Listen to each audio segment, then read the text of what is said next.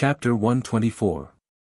2. Pull out the sword and you win. It was not known who among them was unable to stifle his laughter, and it elicited a chorus of soft laughter to break out. Luo Lanji shook his head helplessly. This fella here might be intolerably smug and arrogant, but he covers his shortcomings rather well. Although he doesn't think much of all these disciples at all, but if they come to be bullied, he would not sit back and ignore it.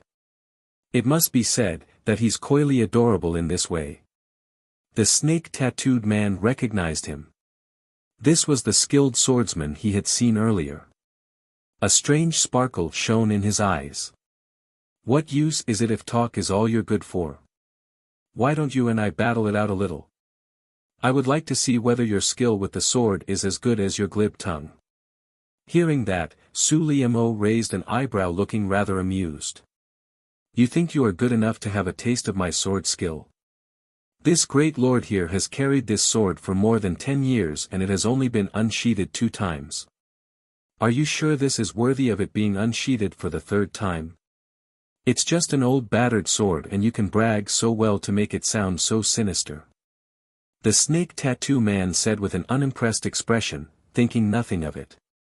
That sword merely looks a little peculiar, a little worn out, but there's nothing extraordinary about it. Su Liemo burst out laughing. Old battered sword? Then why don't give it a try? If you are able to pull it out here today, you can do anything to all of us here as you deem fit. How about it? What? Everyone cried out incredulously in shock. Aren't you being too careless and flippant with your words here? Do you realize what is really at stake? Is he really that confident that the Crimson Land's 8 demons will not be able to pull his sword out? And if they manage to pull it out, wouldn't all of them be laying their lives here today? The faces of a few elders immediately looked a little worried. Su Liemo was highly eccentric and always does the unexpected against all reason. They were afraid that this fella's decision made in the heat of the moment might send the entire Faint Mist sect to its doom. Luo Lanji smiled reassuringly and said in a soft voice, there is no need for the elders to be worried. Liemo is not exaggerating. It is indeed true that no one else but him is able to pull that sword of his out from its sheath. Read latest chapters at Wuxia World. That sword hides profound mystery and it is not a weapon that anyone is be able to wield. Su Liemo then extended the sword out towards the snake tattoo man who was looking at him in contempt. Qin Yu stood silently at the side in an inconspicuous place with the corners of her lips slightly raised, as she looked at the sword with interest. The entire sword was a dull dusty gray, looking like it had been buried in the ground for many years and was just dug up. Besides that, it did not look any different from any other sword. The snake tattoo man just took it as Su Liemo was running his mouth off in boast when he heard those words, and he responded in challenge, if I am able to pull this sword out here today, not only will everyone here today have to die, you will have to kneel before me and strike your head 3 times loudly on the ground to kowtow to me. How's that? Do you dare to take the bet? Chapter 124. 3. Pull out the sword and you win, what is there to fear? If you are able to pull it out, not to just mention kowtowing, I will even call you grandfather. Su Liemo looked completely fearless, seemingly highly confident of himself. The snake tattoo man smiled sneeringly and then gripped the sword's hilt. The moment he touched the sword, he immediately felt that something did not feel right. Before he could even react, he immediately heard Su Liemo's voice in the very next instant, grip firmly now. What? The moment the snake tattoo man had gripped the sword, the corners of Su Liemo's lips had shown a knowing smile. He then immediately released his hands from the sword, like he was giving the sword entirely to the snake tattoo man. Just as everyone was still feeling bewildered, they saw the face of the man change before his entire body lurched violently forward to fall flat onto the ground and let out a low groan. Old Eighth, what happened to you? The man with a scorpion tattoo on his face cried out in shock and ran forward to help his comrade up. It was only when he came up front that he discovered the snake tattoo man's face had turned pale, his forehead beaded with cold sweat. The hand holding the sword was trapped on the ground as he squeezed out these few words through tightly clenched teeth. "This sword is too heavy." Hearing that, the scorpion tattoo man creased up his brows and he gathered up a bit of strength to go pick up the sword on the ground. But against what he expected, that sword did not budge in the slightest. "You brat! You tricked us!" Sulimo arched up an eyebrow, his face innocent. "How did I trick you now? Didn't we agree that you just have to pull the sword out? How can the well-known Crimson Land's 8 demons be unable to even hold a sword up?" Everyone present turned to look at each other. "It looks like that sword is really not as simple as it looks. To think that those demons are not able to even hold it up." The big brother among the Crimson Land's 8 demons was a man with a black wyvern tattooed on his face. He seemed to be the most steady and reserved one among them and possessed the greatest amount of power. He came walking slowly over and exerted some strength in his hand. His brows knitted up and he suddenly picked the sword up. "I wonder whether it will still count if I pull out the sword." After all, it had been the snake tattoo man who made the bet earlier and not him, so he opened his mouth to ask. Everyone's heart unconsciously constricted at that moment. Sulimo's face was unchanged from before as he lifted his chin up to say, "It will naturally still count." Read latest chapters at Wuxia World.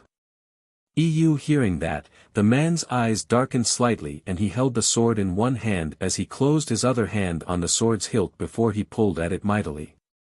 There was no reaction. The man was a little puzzled and he pulled at it with all his might again. It was as if the sword's sheath was joined to the hilt and it did not budge in the slightest at all. How is this possible? On the other side, the faint mist sect's elders all had thoughtful expressions on their faces. Chapter 124.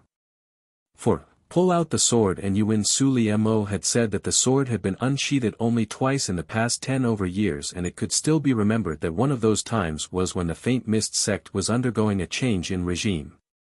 The previous sect leader was killed by an ambush and people from many sides were covetously eyeing that fat piece of meat, seeking to swallow it. The new sect leader was unable to do much facing the tide with his strength alone and Sulimo, who was one of the protectors at that time, had then used that very same unremarkable-looking sword to wash the entire faint mist sect's mountain top in blood, terrorizing many into senseless fear. A youth who had merely been in his teens was more terrifying than Azura back then, and this was why he was deemed to have every right to be act so arrogant and willful. When the Crimson Land's 8 demons saw that even their big brother was unable to pull out the sword, one of them snorted derisively and said, "Isn't this sword of yours just a decorative piece that can't be pulled out in the first place?" Sulimo laughed sneeringly and took back the sword, his eyes turning to look at the man who spoke as he said, "I would not mind proving it to you, but you will not be able to bear the consequences once the sword comes out of its sheath. You had better not complain that this great lord is bullying you when that happens. You." The man was so infuriated he really was almost going to strike Sulimo but was stopped by the man with the wyvern tattoo. The man's gaze rested on the old and battered-looking sword for a while before he looked up and said, "Our distinguished opponent holds high and profound cultivation and we are shamefully inferior before such power. The Faint Mist sect is indeed the greatest sect throughout the lands and is every bit true to its name." When those words that sound as good as admitting defeat came out from the man's mouth, not just the others among their 8, but even the people from the Faint Mist sect were stunned. What kind of a situation is this? They were already prepared to fight to their deaths, but the demons have now admitted defeat of their own accord. Big brother. What are you even saying? What kind of a joke is this? We have not killed all these pieces of trash yet. The snake tattoo man was one of pure disbelief. The big brother that he had always admired, such a strong and powerful man. How could he do something so cowardly and weak? That was an insult to all of them. Read latest chapters at Wuxia World. EU, shut up. The man snapped in a deep voice before he turned towards Sulimo, who had an indifferent and uncaring expression on his face. Although we have caused the faint mist sect some affront this time, but we have also helped your sect to weed out those disciples without real strength and power. Hence I was just thinking whether we can call it even and write off the entire episode altogether. Everyone became even more bewildered. They have not even struck a single blow and the Crimson Land's 8 demons are turning tail to run. The fact that they were unable to pull out Su Li Mo's sword was really that terrifying. But of course, they were naturally unaware of the profound meaning behind that. Su Li Mo had at that moment inadvertently become the faint mist sect's decision-maker in that situation, and when he heard those words, no surprise showed on his face in the slightest, like everything was just as he had expected, where he then said, "I wouldn't say that is impossible, but all of you will have to agree to this. From today onwards, if any of you happen to come across our faint mist sect's disciples, you must keep away from them and never cause them any affront. Your distinguished words shall be complied with." Chapter 125. 1. Highly popular youth. The Crimson Land's 8 demons had come quietly and left in silent defeat. Towards their own boss' cowardly actions, the few of them were feeling highly disgruntled. When had they ever turned away to run with their tails between their legs like this before? That was just so horribly humiliating. Big brother, I really cannot continue to bottle it up inside anymore. Can you tell me why did you decide to lower your head before that bunch of trash back there? We could have killed them all. The snake tattoo man had an explosive temperament and he finally could not hold in his words any longer. That was also what the several other guys wanted to ask, but as their big brother was one with profound insight and always unfathomable, they thought that he must have his own reasons for doing that and they had just kept their doubts to themselves. Hearing that, the eyes of the leader of the men with a wyvern tattooed on his face then darkened. Do all of you think that when that man said if the sword is pulled out of its sheath, we will not be able to bear the consequences is really just a joke? Isn't it? The snake tattoo man queried with an indifferent look on his face. Although there is something strange about that sword, it is still merely a sword after all. With the level of cultivation we all possess, is that not enough to withstand the powers of a single sword? There is a legend that speaks of a very long time, when the heavens split and the lands tore apart, a famed sword called the Night Abyss was born. When the sword is in its sheath, it just looks like any ordinary sword, old and battered, completely unremarkable. But once out of its sheath, its true colors would be unveiled and it requires the blood sacrifice of 10,000 men for it to be appeased, sweeping up all who stand before its invincible power. It is a sword of ancient evil, and besides its owner, no one else will be able to pull it out of its sheath. Hearing his explanation, the several men showed expressions of surprise on their faces. Don't tell me. That brat's sword is the Night Abyss. But he looks to be only slightly over 20, how did he come to possess a sword like that? I touched it with my own hand and I am sure I am not mistaken. The man's eyes narrowed. Even in its sheath, the sword was already so powerful. If it had really been unsheathed, I really cannot imagine how terrifying it would be. All our powers combined will not be able to withstand it, and moreover, besides this man and his sword, there were several other highly skilled experts whose powers are not inferior to any of us there. If we had clashed with them head-on, we will only create more casualties. Read latest chapters at Wuxia World. EU, but admitting defeat just like that is really such a loss of face to us. The snake tattoo man continued to lament indignantly. A man must be able to take things in his stride. The day will come when we'll be able to have it all paid back. There is no need to be impatient and rush things too much. The wyvern tattoo man said softly, the corners of his mouth curling up with a knowing smile. When the Crimson Land's 8 demons left the Lost Bogs, the faint mist sect's disciples could not help but break out in cheers. Never had they thought that they would be able to escape disaster today, and it was really most fortunate for them. If not for Su Li Mo, they might all have laid them lives here today. Everyone's eyes looked at him like he was a deity who descended from the heavens, filled with reverence and worship. Regardless of the fact that the guy was temperamental and unbearably arrogant, it did not stop the outpouring of admiration and respect from all of them. Chapter 125. 2. Highly popular youth. Quite a number of those busybodies who had come here just to watch the show had survived, and they were all proclaiming that they would be taking part in the Faint Mist Sect's recruitment trials.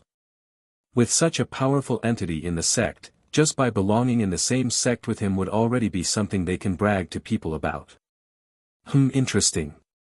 Qin Yu arched up an eyebrow and looked at the youth with a highly excited look on his face beside her. Looked like this had not been a wasted trip. I had not thought that the man would actually turn out to be the Faint Mist Sect's Su Li Mo who set the record of 300 consecutive wins. Doesn't he look really young? Qin Bei said rather emotionally. Qin Yu could not help but laugh. He is older than you by quite a good number of years, and you are not too bad yourself now, you know. Why are you envying other people here like that? After saying that, she turned her eyes to measure the group of people conversing over there, and a glint flashed in her eyes. With all the things that happened to the Faint Mist Sect here today, I think that a big change will come over the sect. I expect that the level of difficulty set for the admission trials in a month's time will be raised, and very few people will be able to make it through. With the number of disciples who died and the many who were thrown out, the Faint Mist Sect had less than 300 members left.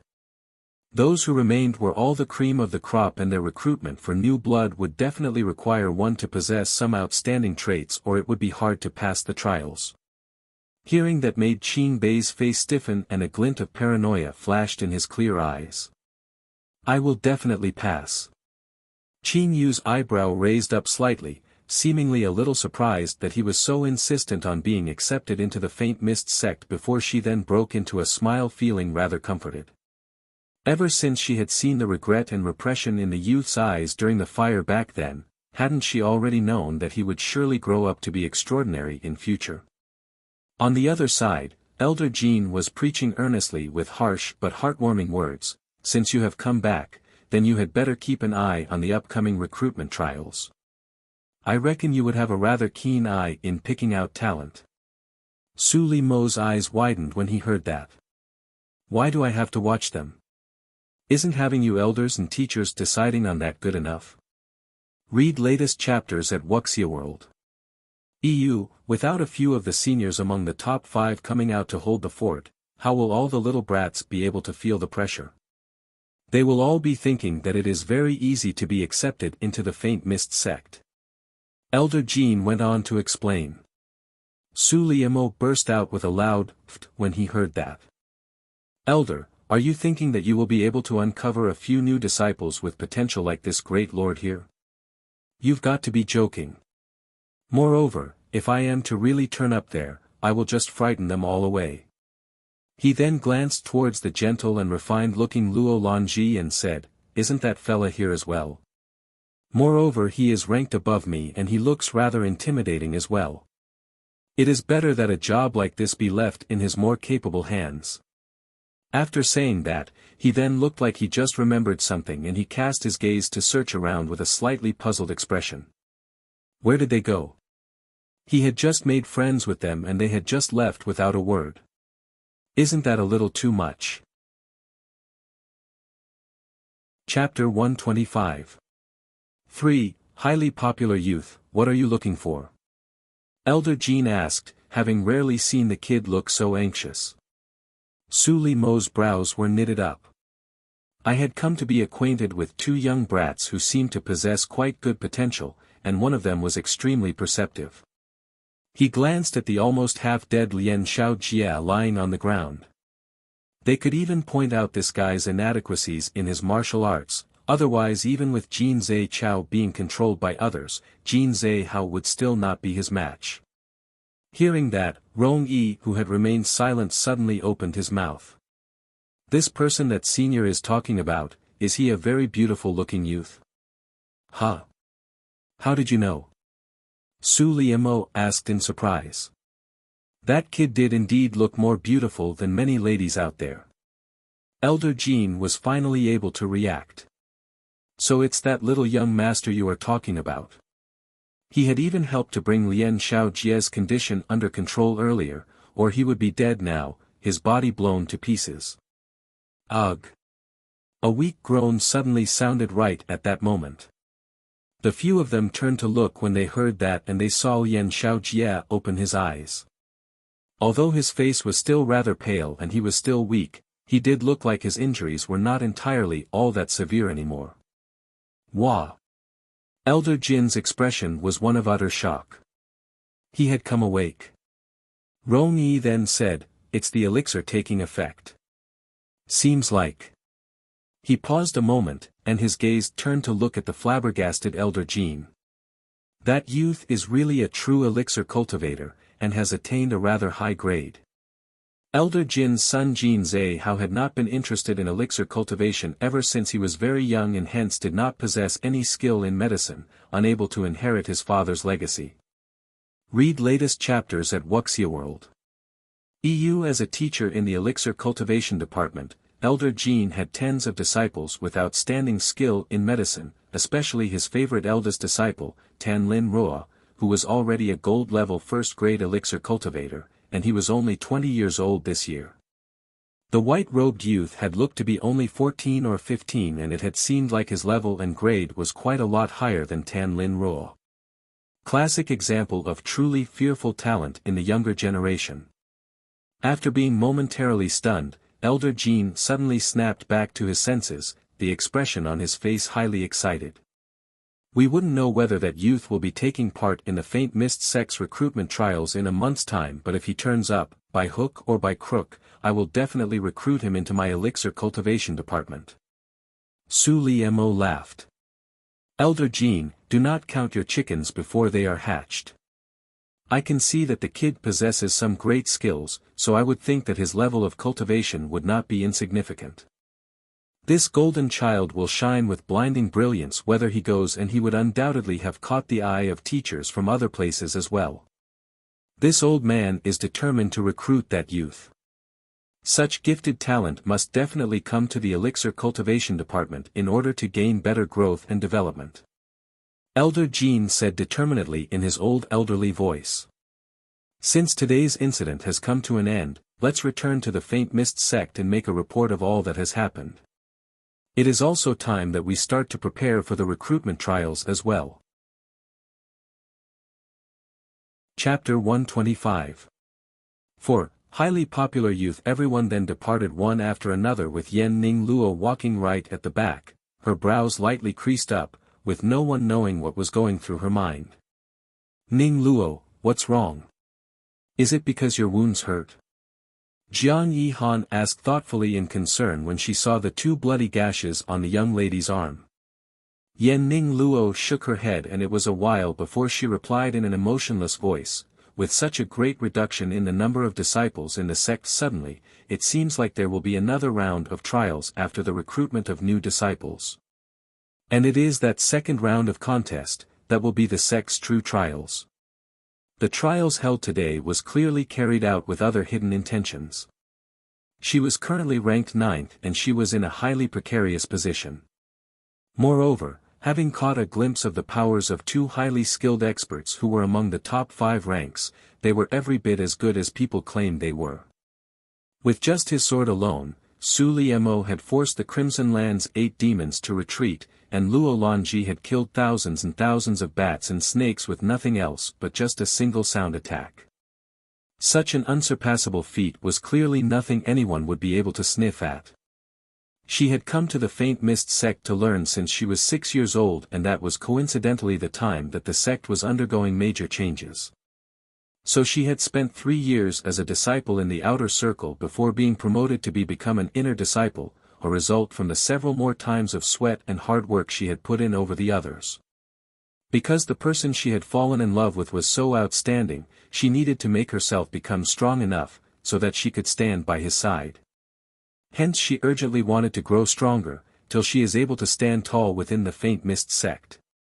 But after seeing Su Liemo and Luo Lanji today, her haughty pride she had always held close seemed to have crumbled in an instant, as the disparity between them was really just too wide. "Are you worried that there will be great changes in the chart rankings and you might be squeezed out?" Shen Jing asked as she raised an eyebrow, seemingly able to guess what was worrying the girl. She then said with a laugh, "To think that you will be worried about this. Don't you realize that you are the only female within the top 10 ranks? Read latest chapters at Wuxia World." She had absolute confidence in what she saw in Yen Ning Luo, as it was not easy for anyone to have been able to outshine so many others to enter within the top 10 ranks. Yen Ning Luo did not say anything else, as it was only natural that the two girls would not know what was really worrying her. And very soon, after the new recruits have been accepted into the sect, all the highly skilled disciples that had been traveling outside would return back to the sect. Hence, not to mention the top 10 ranks, even thinking of being among the top 20 would be as hard as reaching the skies. If this was the case for her, there was no need to say how much more precarious it was for others in the top 20. When the time comes, it would be very fortunate for them if their names could still remain within the top 100 ranking chart. Yen Ning Luo continued to walk right at the back of the group, and she could still hear Elder Jean and the others discussing about the exemplary medical skills of the flawlessly beautiful youth. Hearing Elder Jean singing such high praise, it seemed like he really admired the youth very much. Her eyes then darkened. Without knowing why, although she had not noticed who that youth they were all talking about at all really was, but somehow, there was just this strange sense of familiarity in her heart. Chapter 126. 1. Run away. Let's put aside the affairs of the lower realm for a while.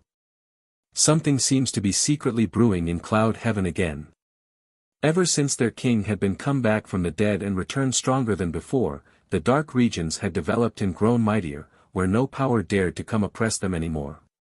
Even the Hunters' Guild that had always set themselves against the dark regions had quietened down quite a bit, as it was rumored that the Lord of the Dark Regions was a man who bore grudges. If they were to really make him angry, the consequences would be unimaginable. In the past recent months, the Dark Regions had only worked on expanding its influence and did not embark on any plans for revenge. The people outside said that their demonic lord was not pursuing past cases of affront in a show of mercy, but little did they know that he had actually left the Dark Regions for a rather long time and was not even in Cloud Heaven at all. What do we do? We really do not need to inform the Lord about this now. The Lord has always paid quite a lot of attention to that person, you know. Sun Luo's face was looking a little worried, having felt highly uneasy for the past few days, causing dark bags to form under his eyes. It was the same few people in the main palatial hall. Mei Ji, Little Monster, and the man whose dressing looked very much like a scholar. Hearing that, Mei Ji shook her head slightly. We should look around first. If the Lord comes to know of this, he might really blow his top. I hope that before he comes to know anything about this, we'll be able to get this resolved. But it has been 7 or 8 days already, and we still have not gotten any news. I do not dare to hope that we'll see any good result from this. Sun Luo said defeatedly, with his head hanging down, the bright and handsome face always filled with vigor, looking like it had lost its spark. It was not known whether that was because he had not been sleeping well for the past few days and was exhausted, or was it from fright. After all, he could very well guess what kind of a rage the Lord would fly into if he was to know about this. Moreover, this could be seen as a case of dereliction of their duties. With so many of them around, and such a slip-up could still happen. The scholarly man did not say anything but just knitted up his brows, and no one knew what he was thinking. The man in white, looking like a deity descended and was nicknamed Little Monster, sat straight and upright in his chair, his pair of scarlet eyes so clear and pristine but his gaze highly undecipherable. His light pink lips parted slightly and his highly pleasing voice rose slowly. We wait for another few days and see. If we still do not get any results by then, it still wouldn't be too late for us to inform the Lord about it. Read latest chapters at Wuxia World. Little Monster had always been known to be the brainy, and hence his words were more convincing to many of them. Upon hearing that, the several people them did not come to object. But their actions had been becoming more frequent recently, so they do not know how much longer they would be able to hide it. And on another side in the bright moon divine palace, the floor was filled with people kneeling, their bodies trembling, not daring to even breathe too loudly. Behind the layers of mysterious and dreamy-looking curtain veils, the faint svelte silhouette of a woman leaning on a soft lounge could be seen. Although unable to get a peek of her countenance, it was not hard to determine that she was definitely a beautiful woman. The woman's soft supple voice sounded out through the veils. "This lord here is not one who kill indiscriminately. I only need you to tell me who was the one who sneaked into the soul tablet chamber or else." Chapter 126.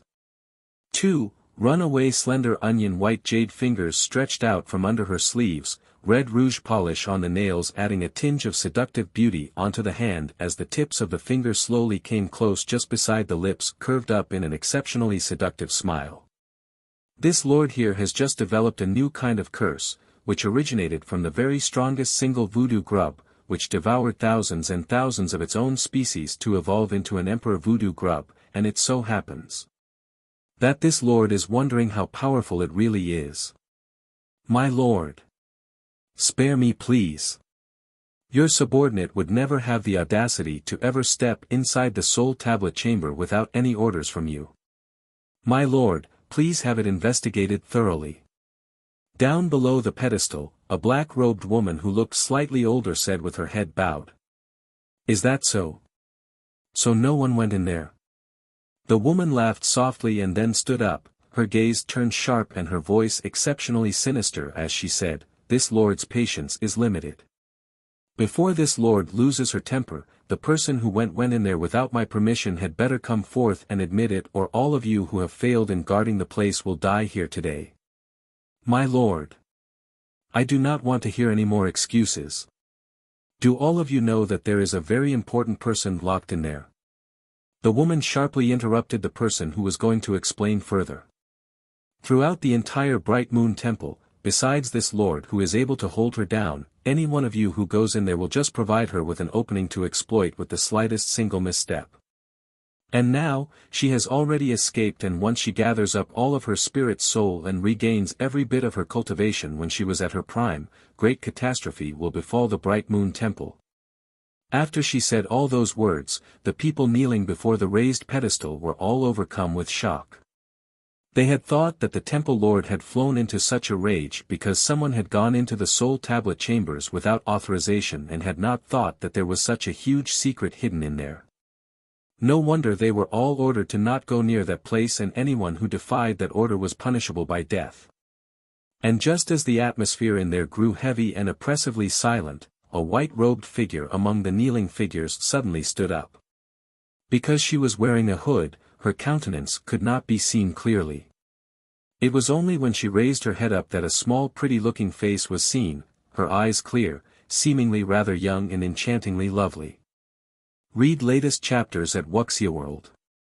EU. Just as everyone was puzzled with her actions, the girl suddenly started laughing before she opened her mouth to speak, with a gratingly raspy voice that did not suit one of her age. To think that the temple lord would ever come to show fear. The person behind the veils narrowed her eyes. "Who are you?" "Me." The girl smiled enchantingly. "Of course you would not recognize me. You have brought harm onto so many people that you cannot even recognize this face at all." She touched her own face gently. "I used to have an extremely beautiful looking face and a highly enchanting voice. When I was 7, because you saw that I possessed outstanding looks, you threw me into a snake pit. A snake bit me on my neck and I almost lost me life.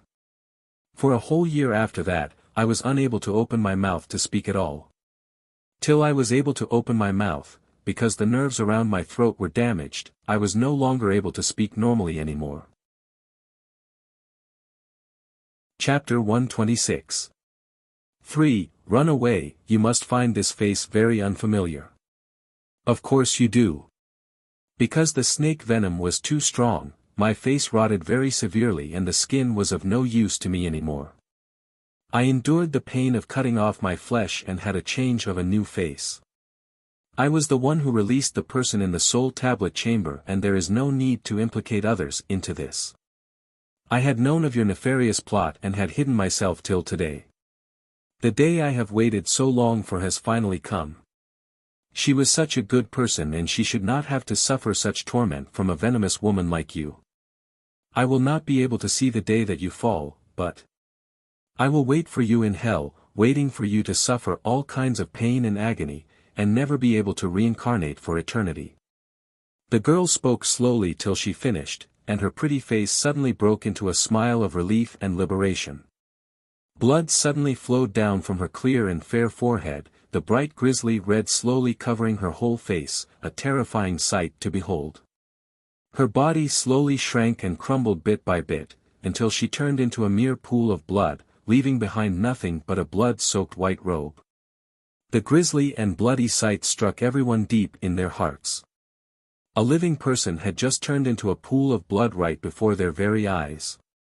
She was devoured from the inside by the grub in her body, and it had probably started from the moment her heart had risen with feelings of betrayal, but she had just suppressed it all this time. Hence, it was only just now that the curse consumed her completely. Throughout the Bright Moon Temple, every single person had a curse implanted in their bodies that would devour them once their hearts gave rise to feeling of betrayal. That was why cases of betrayal were seldom seen in the Bright Moon Temple. People treasured their lives, and hence no matter how temperamental or how many people the temple lord killed indiscriminately, and even when she did not see them as humans, there was nothing they could do except to endure it in silence. After all, if they were killed, no one would be there to protect their family members, who would have to suffer the bullying from others, and the temple lord would also never let them off. It was well known by everyone that the Bright Moon Divine Temple's temple lord was the greatest beauty in cloud heaven, and just a single glance at that flawless beauty would be enough to completely captivate a person. But only the people inside the Bright Moon Divine Temple knew that a heart as venomous as a scorpion lay beneath that beautiful countenance, and that human lives were not worth even a mention in her eyes, where she would sacrifice everything in order to achieve her objective.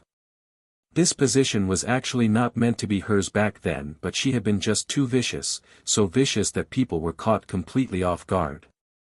Her lust for power and position had blinded her completely, which drove her into committing all kinds of cruel and maniacal deeds. The western side of the Cloud Heaven continent was held by the barbarians.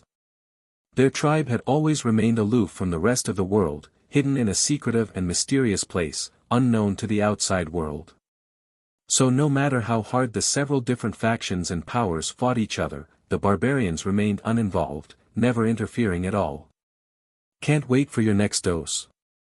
Jump on the wagon early to access BBB, Black Bellied Belle, Demon Lord, bite the bait please on Misty Cloud Translations Patreon. Now read latest chapters at Wuxia World. EU. Click on Cloud's Ko-Fi page if you feel like buying Cloud a coffee.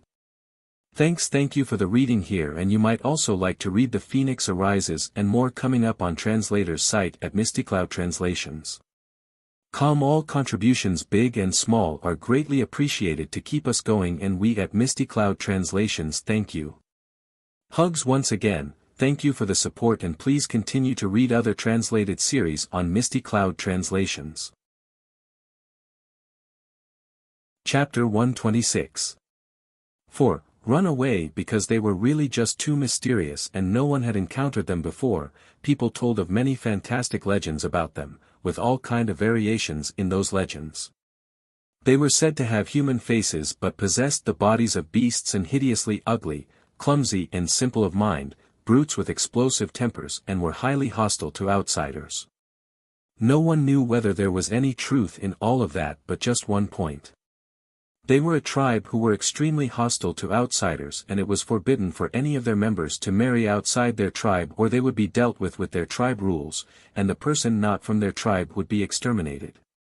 For several hundred years, it was known that the barbarians were hidden deep within the great desert, but no one had gone in there before, because there were just too many rumors and legends about the place. Especially after the sun was sinking down in the evening, looking across the boundless expanse of sand, it felt as if there would be an incredibly immense beast lying in ambush in there with its mouth wide open, waiting to devour any lost traveler who wandered inside. The faint and indistinct figure drifted like a wandering spirit who had lost its way. The way forward was so long it did not seem to have an end, but she cannot stop, she must not stop. Her eyes started to see double, where everything seemed to be weaving in a blur. She did not know how long had passed when everything before her turned black, when she collapsed, unable to hold out any longer. The night breeze stirred up the fine sand, almost completely covering the small vague figure. There was only the very last few rays of the sun remaining and night was right about to fall when hurried footsteps sounded. "This is bad, this is bad. I'm really so late today. I'll definitely get a sound scolding when we get back." It was a petite little girl and she looked to be only about 10 years old with 2 little braids on her head, looking very adorable. As she trotted along, her nervous eyes suddenly seemed to have spotted something and those large eyes blinked in puzzlement. "What's that?" "Grandpa said that I must not be a busybody as there are all kinds of dangers outside." But she was feeling highly curious. Read latest chapters at Wuxia World. Her feet shuffled slowly over closer bit by bit. "That bundle of something is hidden under the sand and it seems like it's a person. But why does it look so frail and weak?" She stretched a small hand out to touch and very nearly fell through the figure. She shrank back with a start and muttered to herself, "Is that a spirit soul? It will be really bad if it is eaten by a spirit beast." The small little person wrinkled up her nose as she recalled Grandpa's stern reminder. She then looked at the indistinct figure that was so weak it was almost invisible and a torturous struggle rose up in her heart. After quite a long while, she then carefully pulled out a square box from inside her clothes, and put the translucent figure slowly inside. She then sneakily looked all around her after that was done, thinking to herself that nobody should have seen her. She's so kind, so she couldn't possibly let this person's spirit be eaten up by spirit beasts. Chapter 127. 1. Could they be related? Little Ching. It was another call that sounded like it came from another world. The person asleep on the bed suddenly opened her eyes, the sleepiness gone immediately. She had not been shocked awake from her dreams for so long. She had heard that voice once again. Qing Yu furrowed up her brows as she massaged her aching head and then looked out the window. It was pitch dark outside, just past the Chua hour right in the middle of the night. Since she was now awake, she did not intend to go back to sleep and was about to go over the burial soul arts a few more times when she pricked up the tips of her ears, having heard some faint voice. Her gaze sharpened. Who would come around here so late in the middle of the night? The Lake Central Pavilion was built in the center of the Eternal Peace Duke Manor's northern courtyard. There were no bridges connected to it and one had to row a little boat across the wide expanse of water to enjoy the scenic view it provided, where many regal water lilies and many types of water plants thrived. The night was quiet and the moon hung bright in the sky. The lake's surface that should be still at this time however rippled intermittently in widening circles, with a few bubbles occasionally being stirred up. Did you find anything? Hurry up. It won't be good if people see it when day breaks. A person was standing within the Lake Central Pavilion and was leaning over its railing as he spoke in a hushed whisper. There was no response for quite a while and just when that person was about to say something again, the sound of paddling in the water sounded and a head poked out from below the water's surface, panting as a voice spoke, "The lake is too deep. I can't even see its bottom clearly after diving for so long. Did you even see anything at all? What else can there be besides fish, prawns and sludge in here? I think that fellow was just playing us for fools." The person in the water said indignantly, as his gaze then turned sharply onto a person sleeping soundly in the corner of the pavilion. If one did not look carefully, one might really not notice that there was a person lying there asleep. Hearing that, the person leaning over the railing could not help himself but twitched the corner of his mouth. Had they really been played? Read latest chapters at Wuxia World. Here they were being so busy and he was just sleeping there like a pig, claiming that he would only provide information and not offer any physical effort. But the most important thing was whether the information he provided was real. Forget it then. Just come up first and I'll go down to check. The person in the water agreed and then leapt cleanly out of the water, to land inside the pavilion. Despite having been in the water for so long, there was a single drop of water on his clothes or in his hair, looking completely clean and fresh, a feat that no ordinary person was capable of. A plop then sounded in the lake. The person who had been in the pavilion earlier had leapt into the water, and no sign of him could be seen almost immediately, tranquility returning back over the water's surface gradually. Chapter 127. 2. Could they be related? The person who had been sleeping in the corner finally stirred slightly, seemingly having been awakened by the sound of water. He let out a lazy yawn as he sat himself up, beery-eyed as he asked, "You haven't found it yet?" "The lake is very deep, and I do not take well to water like him. As I am not able to remain inside for so long, so he went down to take a look instead." "Oh, I see." After another long sleepy yawn, he was just about to fall back asleep. "What are all you doing?" A clear and alluring voice tinged with the chill of the night sounded, sending shivers up their spine. The man who was feeling so very sleepy felt the icy chill and his body stiffened up before he could fall asleep, as he turned his head slowly.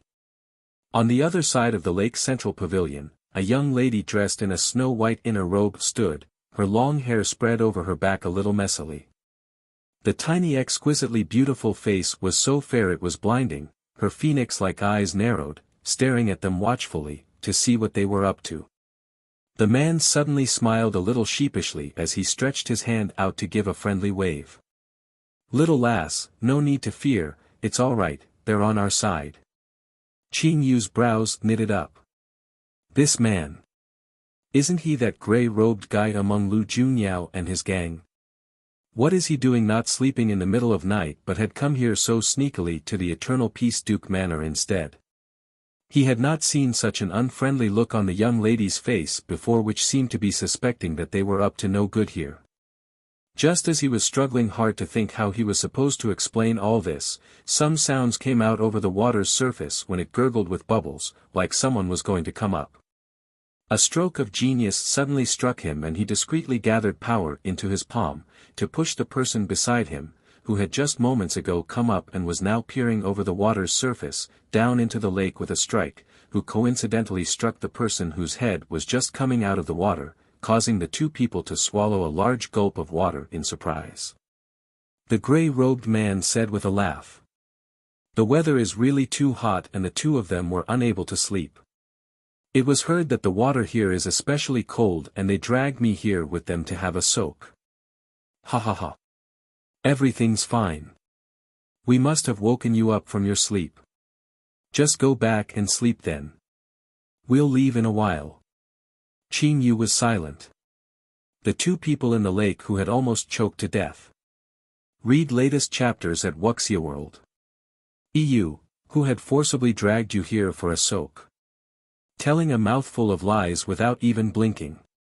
That fella had been the one who refused to let them sleep and had pulled them all the way out here to torment them like this. Hearing the man's words, Qing Yu could not help but felt the corner of her mouth twitch before she asked in a doubtful tone, "The autumn season is already almost upon us and the nights are getting cold. You guys came here just to swim. Does he take her for an idiot?" The grey-robed man's smile froze on his face. "This little lass really isn't easy to fool. But that fella Bai Ji Yen had said that the lass must not find out, and even if she discovered them they must not speak the truth. Although he does not know why they were being so sneaky about it himself, but Bai Ji Yen was usually the smart one who thought things through well, so what he said could not possibly be wrong." Chapter 127. 3. Could they be related? "Lass, I'll be completely honest with you." The grey-robed man suddenly turned serious, his face stern as he said. Qing Yu arched up an eyebrow, seemingly curious to hear what he had to say. The grey-robed man hesitated a moment like he was a little embarrassed to say it.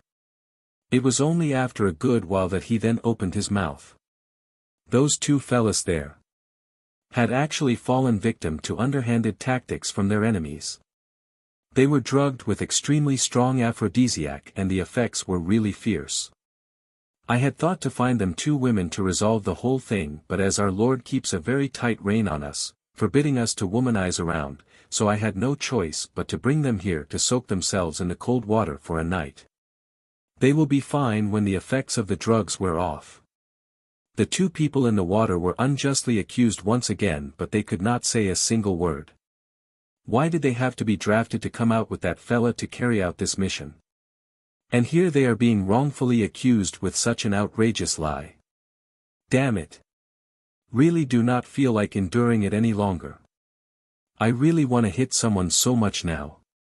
Hearing that, Qin Yu's expression was rather taken aback and she then revealed a mysterious smile. Is that so? Bring them up here and they'll be rightfully fine once I prick a few needles into them to disperse the effects of the drug. It is not good for their health to be immersed in such chilly waters in the dead of the night. Those words of concern almost made the 2 men want to weep. This young lady's heart is as beautiful as she looks. But right in the very next second, the gray-robed man's words almost made them explode on the spot. They heard him laugh deviously and he then waved his hand in an offhand manner. No need, no need.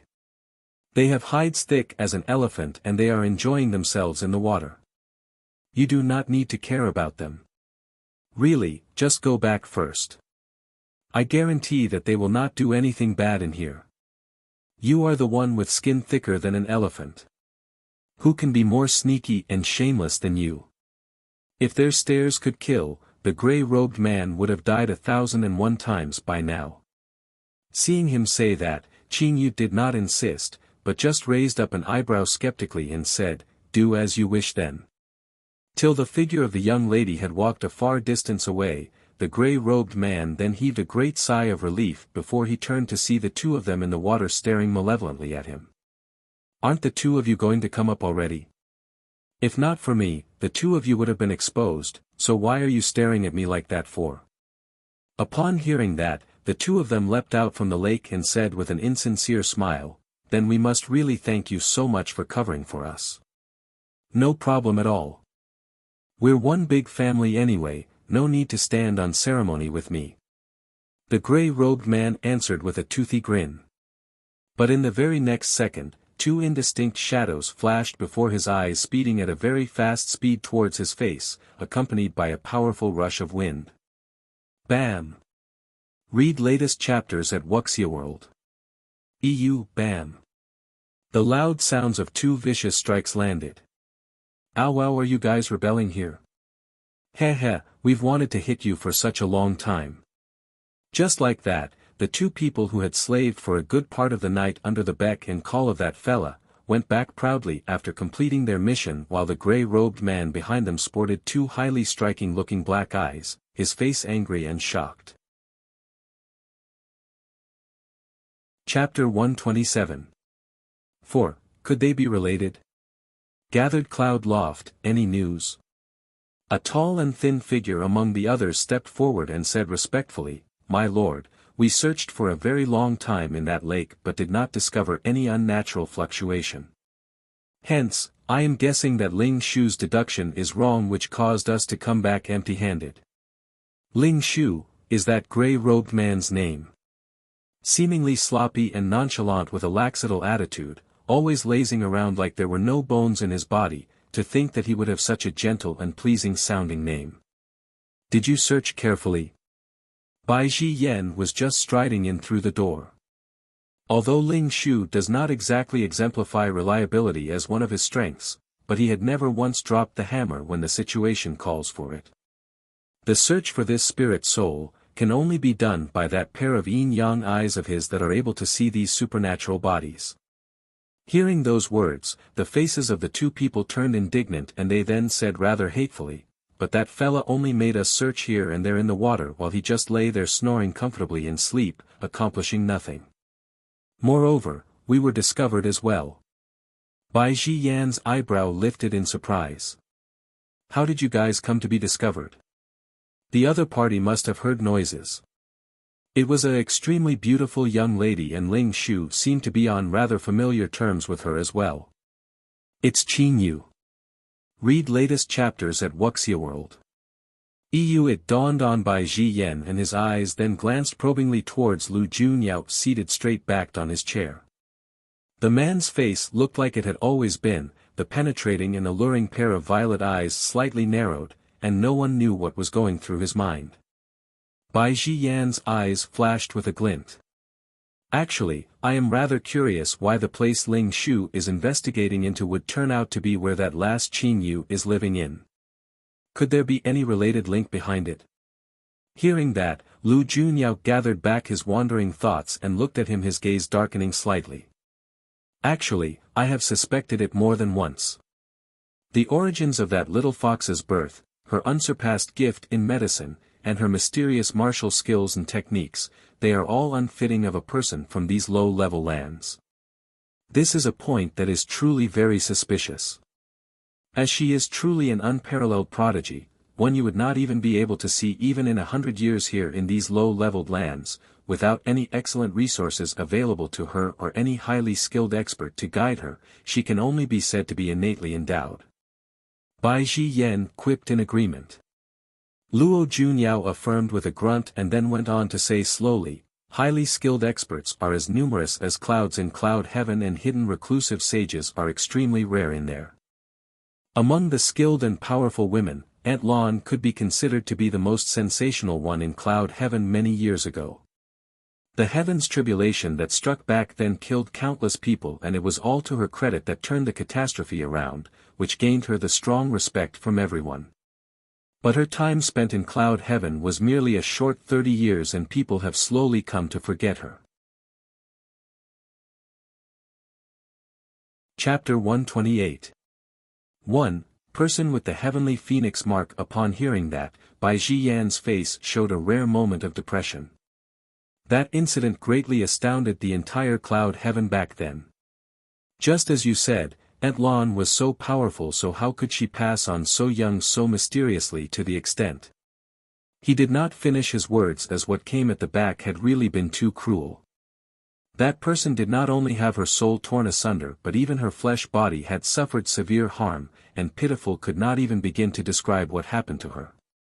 Lu Junyao had very nearly embarked on a raging massacre, but his heart had been focused on only one thing back then, to revive that person. He had spent several hard years' time before he managed to preserve that person's flesh body in an unblemished state.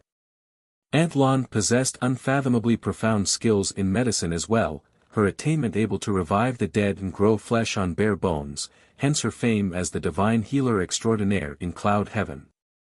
When he came to mention that, Lu Junyao then paused as he turned to look at Bai Zhiyan.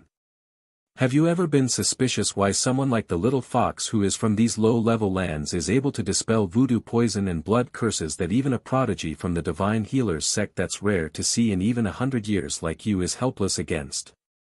Bai Zhiyan felt like he had suddenly been struck by enlightenment.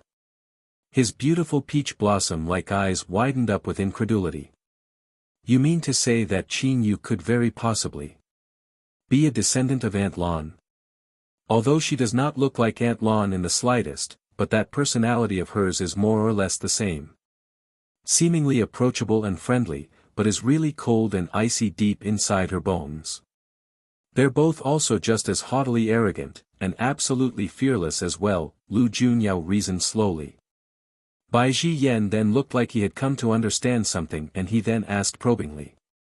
So it's because you have always suspected it and that is why you are paying so much attention to her all this time? You can put it that way. Bai Zhiyan then muttered under his breath to himself, so this is why. And I thought that you had some other intentions towards that lass. Read latest chapters at Wuxia World. Although his voice had been very soft, but Lu Junyao still heard that. His mesmerizing violet eyes then flashed and he asked, what did you think it was? Bai Zhiyan rubbed his nose and then said rather awkwardly, I had thought that you and that lass. Cough cough. What I mean are the kind of thoughts that a man would have towards a woman. He just had to drag the one problem that had plagued mankind since the beginning of time into it. Lu Junyao was speechless and complicated emotions passed over his handsome face as his gaze rested on Bai Zhiyan. I remember having told you before that the lass is only in her teens, and is just a child in my eyes.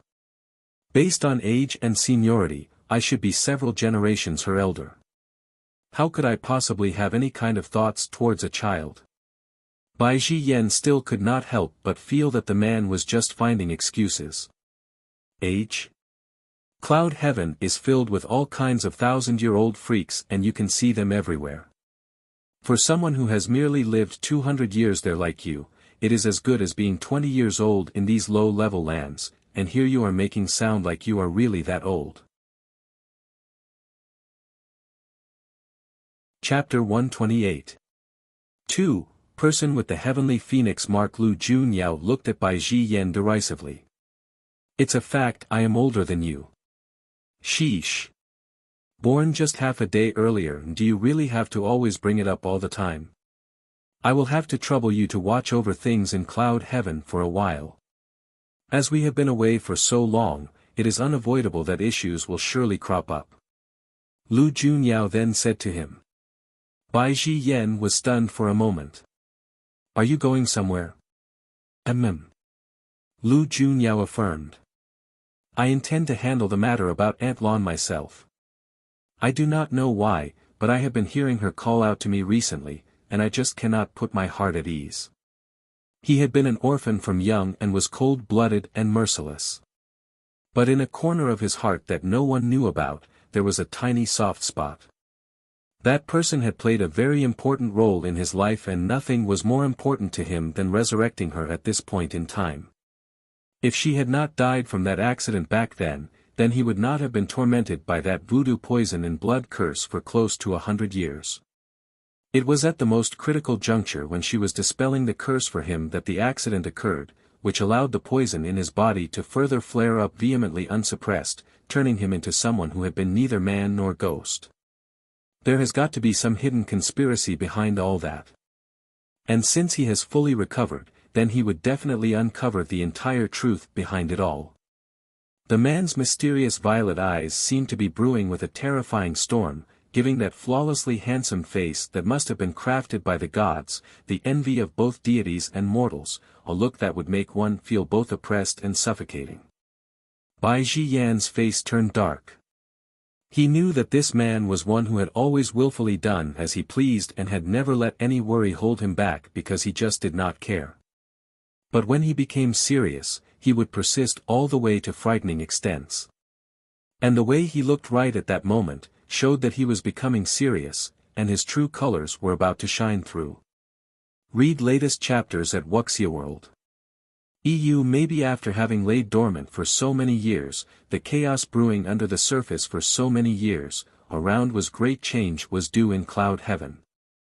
Ever since the unexpected accident that occurred back in Hell's Canyon, Qin Fong had not arranged for them to go outside for training anymore, but just worked on reinforcing their knowledge in the subject of strengthening their cultivation.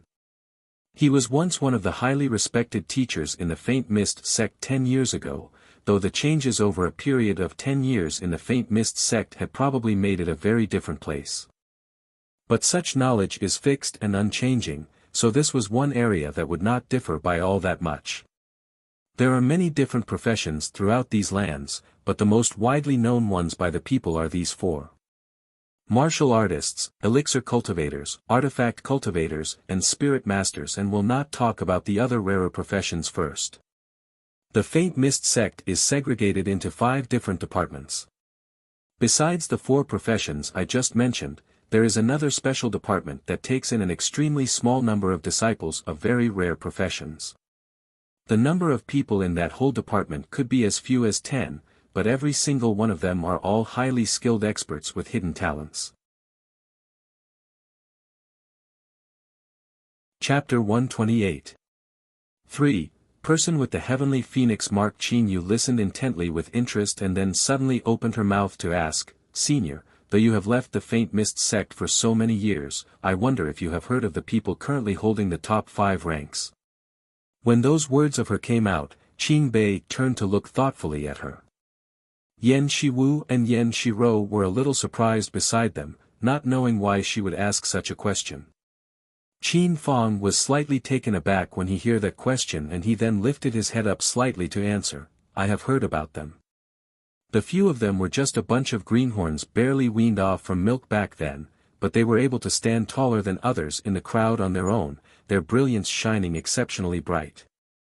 Back at that time, the big brother among that group, Feng Tianheng, though only 15 years old, and none of the teachers dared to accept him as their student. That kid was just too intelligent, and his gift was just too astounding. It could be said that the other few ranked just under him grew up under his very own hand, and every single one of them are now all incredible people." When talking about those people, Qin Fong was full of praise for them, and his words seemed to speak of an untold liking and admiration for that person.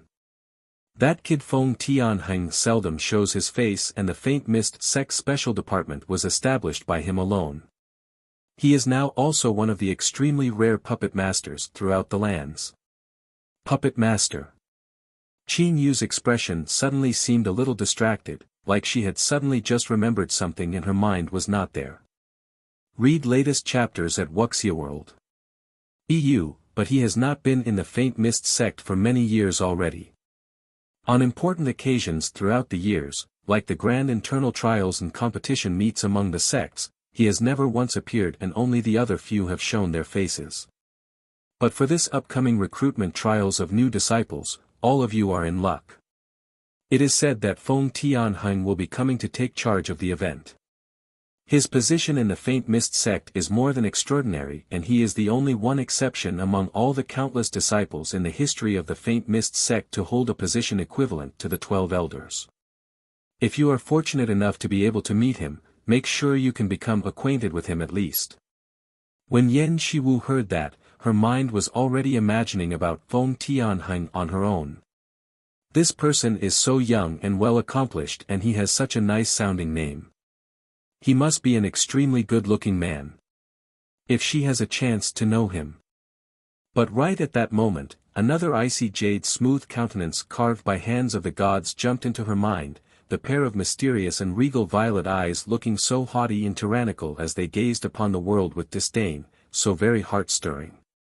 A shiver ran through Yan Shiwu and her face flushed slightly red, feeling a little vexed. To think that she was thinking such thoughts out here in the middle of the day. Really? But thinking about it, Qin Yu seemed to be on rather good terms with that person, and her eyes then sneakily peeked at the young lady listening intently. From this angle, she could only see the side profile of her face, but it was already so flawlessly exquisite that there was nothing she could pick on. Her long slanted eyes were languidly half closed, an indescribably alluring sight. Chapter 128.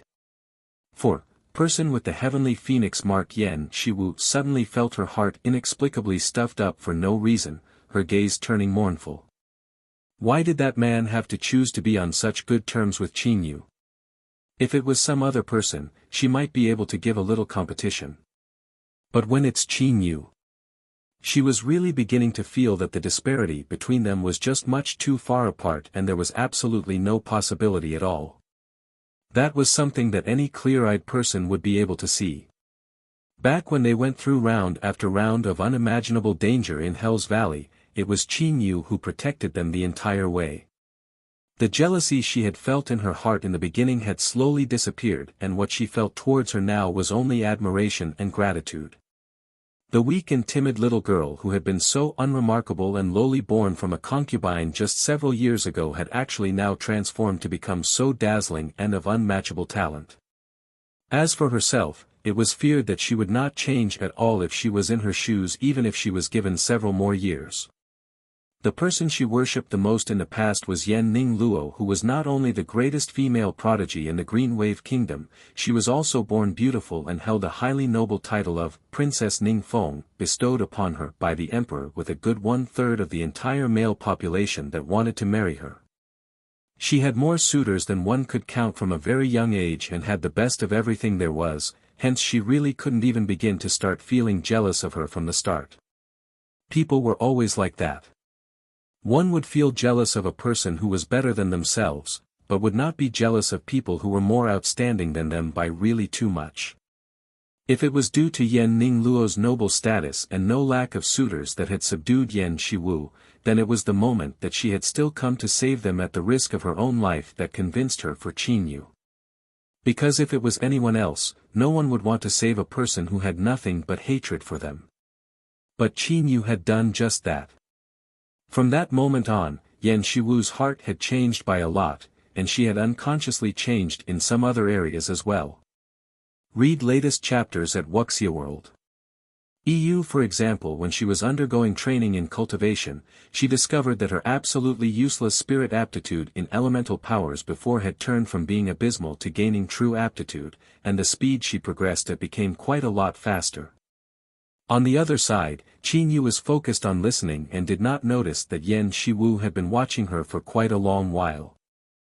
And Qin Fang was at that moment speaking about the internal layout of the Faint Mist sect, which included a few dangerous places where entry was forbidden, and he had naturally come to mention about the Heaven's Door chamber they had first heard of back at the Lost Fogs the other day. It was said that the place was among the top 3 places in the Faint Mist sect where entry was strictly prohibited and was only open to those with powerful and profound cultivation. Disciples with weak and low levels of cultivation were not even allowed to go near the place, as it would be hard for them to find their way out. Moreover, there was something strange in the Heaven's Door chamber that sucked at a person's soul. It was rumored that since the Faint Mist sect's founding till today, only a very rare few people had been able to go inside the Heaven's Door chamber and come out completely safe and sound, and the Faint Mist sect's first-ranked Feng Tianheng had already gone in there once when he was just 10 years old. Chapter 129. 1. Matters related to the recruitment trials. Having heard till that point, Qin Yu had come to develop a tinge of curiosity about this person. Having seen how powerful the two people, Su Liemo and Luo Lanji, had been that day, then what kind of level would the first-ranked Feng Tianheng of the Inner Circle disciples and the founder of the Special Department have possibly attained? This trip to the Faint Mist sect was really becoming more and more interesting. After Qin Fang gave them a brief introduction to the layout in the Faint Mist sect, he then went on to more important things.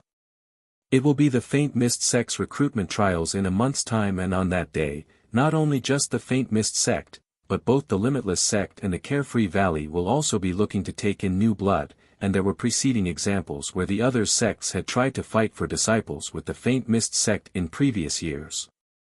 Since all of you have chosen the Faint Mist sect, do not waver in your resolve. Although the other two sects are said to be not too bad as well, but they still cannot compare to the Faint Mist sect. Qin Fang's words were protective of the Faint Mist sect, and his tone was stern as he said that. It was not until the few of them had nodded their heads in agreement that his demeanor softened a little, and he continued to say, the conditions for admission into the trials are: one must firstly be between 14 to 30 years of age, and unmarried young men and ladies. When he spoke about that, Qin Fang came to show a rare instance of slight embarrassment as he coughed slight a couple of times. I think that all of you will know by now that the Faint Mist sect's rules and regulations are very stringent, or they strictly forbid any of their disciples to revel in drinking and debauchery and reject disciples who covet a life of riches and luxury. One must be upright, and although the Constellation continent is highly liberal and open-minded, one of the most stringently upheld rule in the Faint Mist sect is that all their unmarried disciples must remain chaste and untainted. Qin Fang was already over 50 and coming close to 60 this year. But in order for him to cultivate some special martial arts techniques, he had not gotten married and did not have any children. He was to this day still a virgin, and speaking to his juniors about these things here today was inadvertently a little embarrassing for him. Read latest chapters at Wuxia World. EU. Hearing that, Qin Yu merely raised an eyebrow but did not show any other different reaction. But the ears of the youth next to her turned red, and both Yan Shiwu and Yan Shiro looked rather embarrassed, as they were after all young maidens who were yet married. Quickly brushing off the topic that was a little too embarrassing to speak of, Qin Fang quickly went on to say, the recruitment trials would naturally include a test of one's gift. The gift sorting rock in the Faint Mist sect is huge, and hence the amount of energy it can withstand is much greater as well. So when the time comes for you to be tested, do not hide or suppress your real strength. Only when you show your brilliance and attract their attention will you then have more opportunities and choices to choose from. Those words were hidden with deep meaning, like they were specifically spoken for Qin Yu's sake. Ever since Qin Yu was discovered to have hidden her powers, Qin Fong had constantly sought to test her both secretly and openly, but had never been successful. The lass had really kept it so deeply hidden without revealing any clues, which made it completely impossible to even guess. Qin Yu had naturally been able to catch it, and her lips curled up in a smile before she replied, "Rest assured, Senior. All of us will surely give it our very best." Chapter 129. 2. Matters related to the recruitment trials. Hearing that, Qin Fong then nodded his head in satisfaction. After the level of your gift and talents have been tested, you will then select your area of expertise and go through another round of trials where you'll then be allocated to one of the 5 departments. A representative would be chosen from each of those departments to be an examiner, and once you manage to pass that stage, then you can consider yourself to have formally passed the admission. Having spoken up till here, he had almost told them everything there was to tell. Qin Fong looked at Yan Shiwu and Yan Shiro and said, "Both of you will still have to work harder, or it will be hard for you to pass the gift testing stage. People like Qin Bei, who is a dual-element wielder, need not worry at all, and as for Qin Yu." He paused a moment, thinking that she still had not revealed her true powers. Qin Yu is also skilled in medicine, and there will be 2 departments for her to choose from at that time. What I am worried about will be the 2 of you. Yan Shiro and Yan Shiwu lowered their heads, feeling a little ashamed of themselves. Seeing them like that, Qin Fong sighed. "In this remaining 1 month, I will do everything I can to bring up your powers, and both of you will have to work extra hard at it with me." The 2 of them then chorused in unison, We'll have to trouble Senior to work with us more." Qin Yu and Qin Bei found themselves left alone without anything much to do.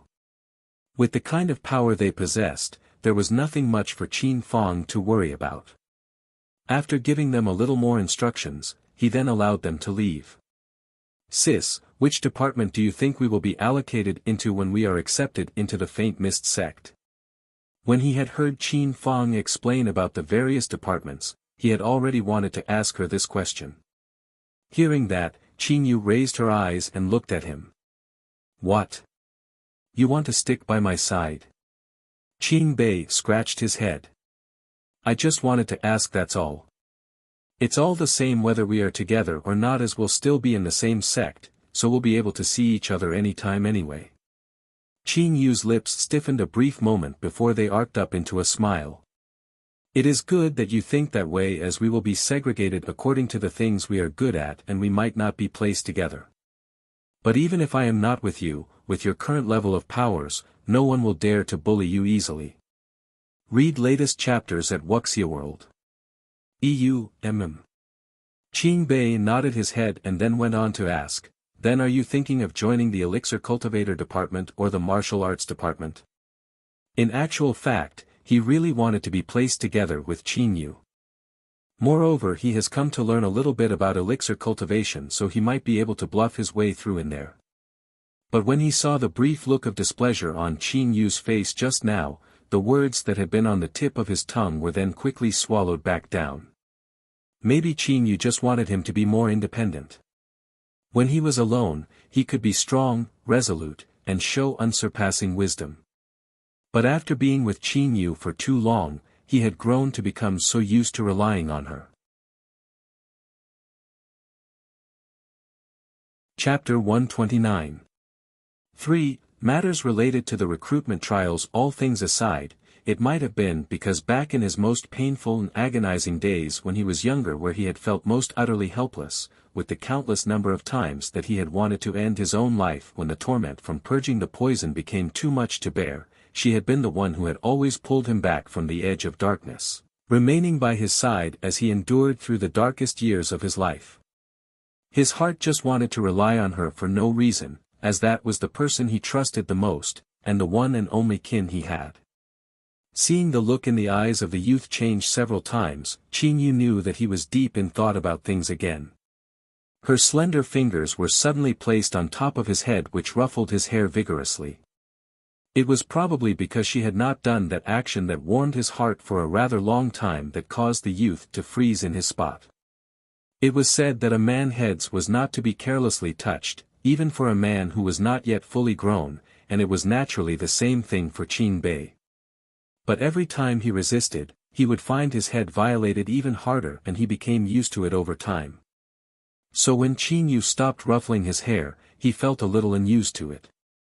Ever since they started to prepare themselves to join the Faint Mist sect, the two people had been working very hard to raise their powers, so he had not felt that heartwarming action for a rather long time. Qin Yu looked at the youth's doleful eyes like those of a tiny animal, and she stretched her hand out to ruffle his head another time. "Did you think I was angry? Weren't you angry?" Qin Bei pushed the question right back at her. Qin Yu raised an eyebrow. "Why should I be angry?"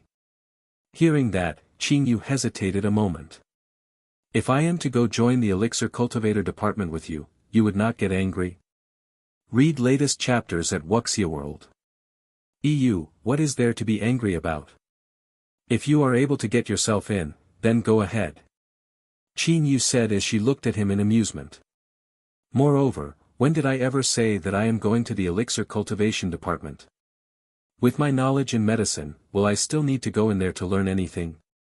If she were to join the Elixir Cultivator Department, it was undoubtedly just be a waste of time and energy for her. Compared to the things written in the heavenly insights of medicine, the medical practice in these lands were far inferior. Then are you intending to join the martial arts department?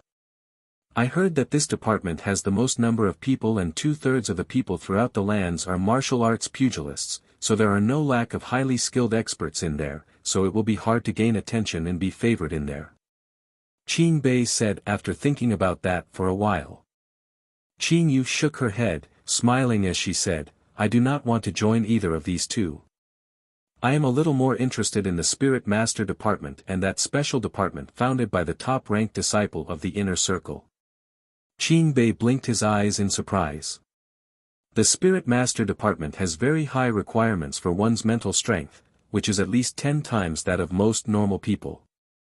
As for that special department, it is said that there are not even 20 in numbers.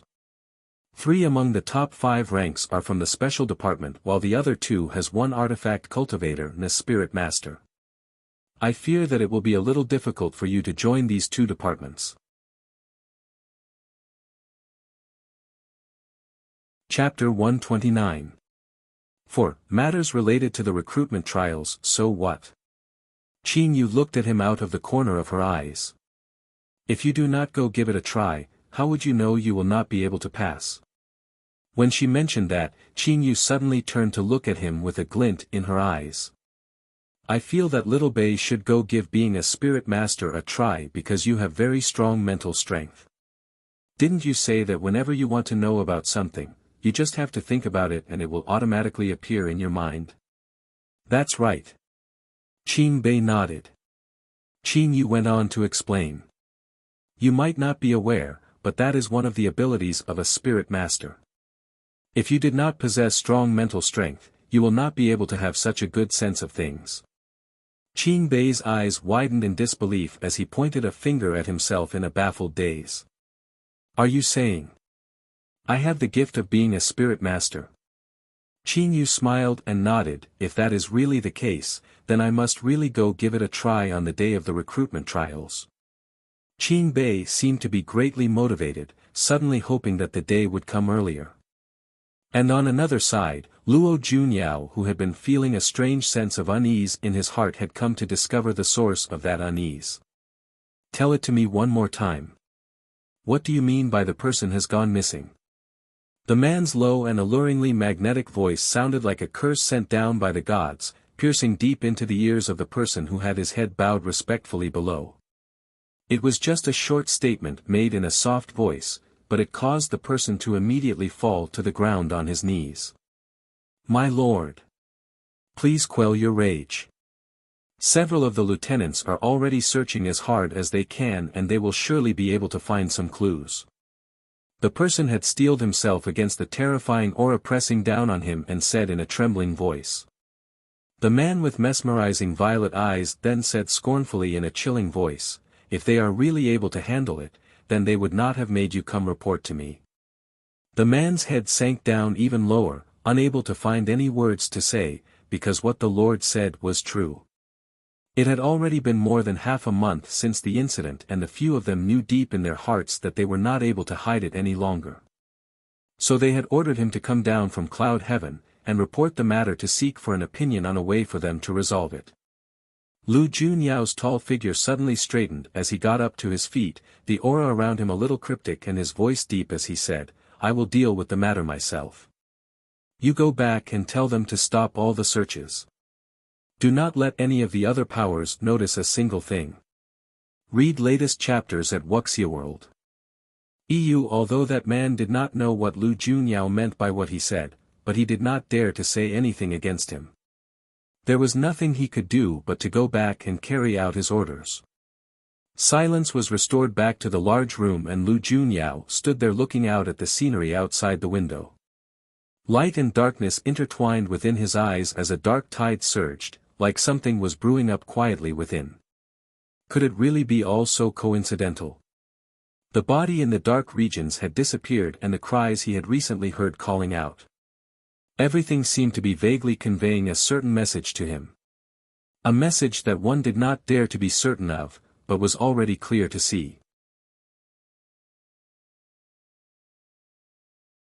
Chapter 130. 1. There's treasure at the bottom of the lake, Cloud Heaven's western edge, headquarters of the barbarians.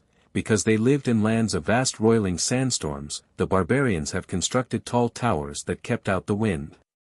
For hundreds of years before this, their homeland had been swallowed up countless times by sandstorms which caused many deaths of their people, so the tribe chief had gotten craftsmen to carefully build these sand-break towers and they had not suffered any more casualties, the people of the tribe living in peace and remained detached from the world. You're awake. The flap of the tent was suddenly lifted and a girl that was about 10 years old came walking in, lively and pretty-looking, with 2 adorable braids on her hair, her large sparkling eyes filled with joy as she looked at the person inside. Looking at the person seated upright in the bed, at first glance, she looked almost like a celestial being. Luxurious hair draped over her shoulders, against that fiery red clothes she was wearing, she was breathtakingly beautiful. She lifted her head when she heard that voice. The magnificently dazzling beauty of that flawless countenance was like that of a celestial being who had accidentally fallen into the mortal realm, pure and pristine. Her limpid eyes so clear one couldn't possibly bear to profane them, a flawless beauty throughout, where even when her brows were creased in a frown like this, people just could not take their eyes off her. The little girl stared enraptured and it was a good while before she regained her senses, looking a little embarrassed as she said, "Are you feeling unwell in any place?" I am an elixir cultivator, and I can help to take a look at it for you." The woman's slightly vacant stare then slowly regained its focus and her eyes then turned to look at the bashful little girl who had her head lowered as she went on to say softly, "Were you the one who saved me?" "Thank you." Not only did the beautiful woman possess unforgettable looks, even her voice was highly enchanting, like jade beads falling onto a plate, lightly drumming on one's heart that elicited a gentle ripple. 2 pink clouds immediately blossomed on the girl's tiny face. "No need for thanks. It's great that you're fine." Speaking about that, the little girl then looked at the woman with an astonished but measuring gaze. "When I rescued you and brought you back, your spirit body was so weak that you could barely be seen. So how did you even come to have gained a flesh body now?" Although she had not touched the lady, but it was clear to see that she possessed a solid flesh body. Read latest chapters at Wuxia World. Hearing that, the woman's gaze dimmed and her fair slender fingers rose up to gently touch her own cheek, seemingly far away in thought. She clearly remembered that her flesh body had been destroyed, broken into pieces and horrifying to see. She couldn't really remember where she had been living all these years and the reason she had died. Everything was a foggy blur and there seemed to be a voice in her heart that told her she must not die. She must live as someone is waiting for her, and will always wait for her. But who is that person? She really cannot remember. Something felt like it exploded in her head and the pain was excruciatingly painful. She raised her hands up to hold her head, trying her very best to suppress the agony. Chapter 130. 2. There's treasure at the bottom of the lake, are you all right? The little girl was shocked to see the woman like that and she quickly went over to her. When she came to touch the woman's body, she discovered that her body was icy cold, without the slightest bit of warmth. The little girl was startled by the icy touch and she immediately retracted her hand. That kind of temperature was like that of a dead person. But she could still clearly talk and move. She doesn't look like a dead person in any way. The little girl's pretty little face creased up and she held the woman's hand as she injected her spirit energy into it. In the next instant, the little girl's eyes widened incredulously. How? There was only a weak puff of her main spirit soul in her body and all the other parts of a spirit soul were missing. What kind of a person could possibly be so devoid of morals to be capable of doing something like this? It must be known that if one spirit soul was deficient, they could easily lose their minds and become crazy, or in a worst-case scenario, their lifespans would become greatly reduced, unable to live past several years. And though the woman did not show any signs of having lost her mind, but she seemed to be in a rather bad condition. Her body was so cold like she had been dead for a long time and the little girl then asked in a worried voice, "Do you remember who you are?" The woman who had her hands wrapped around her head was suddenly startled a moment before she slowly lifted her eyes up to look at the little girl. I am. Who is she? Fei Er, you must always remember me. Even if I am dead, you must not forget me. Whose voice is that? The woman was a little muddled. Is she Fei Er? Seeing the state the woman was in, how could one possibly not be able to see that her spirit soul was deficient? Although she was not crazy, but it was clear she had lost her memory of her past, and could not remember her own identity. The little girl really didn't know whether it was a good thing to have saved the woman and brought her back here. The little girl then sighed slightly. Don't worry. I will definitely help you regain your memory. Although the barbarians were the least contentious tribe of people in Cloud Heaven, who peacefully kept to themselves within a confined region, but they were a race of people who have existed the longest here in these lands. There were many secret ancient techniques in the tribe and it would not be too difficult for them to help her find back the lost fragments of her spirit soul. But there was just one hurdle that would be rather difficult to overcome. She had secretly brought this woman back without anyone's knowledge, and if she were to employ the tribe's secret technique, somebody would surely find out. Read latest chapters at Wuxia World. EU and Grandpa really did not like people who were not of their tribe, so if he knew that she had brought in an outsider and had even used the secret technique to save her, not only she herself would be punished, but the woman would definitely not be able to survive as well. The little girl's eyes dimmed and her gaze turned to look at the woman on the bed once again. Without knowing why, she just seemed to feel very close to the woman and that was why she had secretly brought her back here. Regarding this matter, she would have to think up a foolproof plan first. It was already deep into the night and a fluffy and fleshy ball of snow was lying upon the table, where its tiny legs would kick out a couple of times occasionally, while its tiny little mouth would then smack its lips together softly. Chapter 130. 3. There's treasure at the bottom of the lake. It was only when she went closer that she discovered that the little fella was plopped there soundly asleep, its delicate little mouth open like it was dreaming of something delicious to eat. A thin transparent sliver of drool was flowing out from the corner of its mouth as it dripped with a soft patter, forming into a tiny puddle below. Qin Yu shook her head in amusement and she went over to carry the little fella up. Although the little beast was asleep, but it was still alert as it quickly came awake. It was only when it smelled the familiar scent that it then let down its guard, to softly call out to its mother. "Shush, mother will carry you over to the soft lounge to sleep. It is too cold there on the table at night."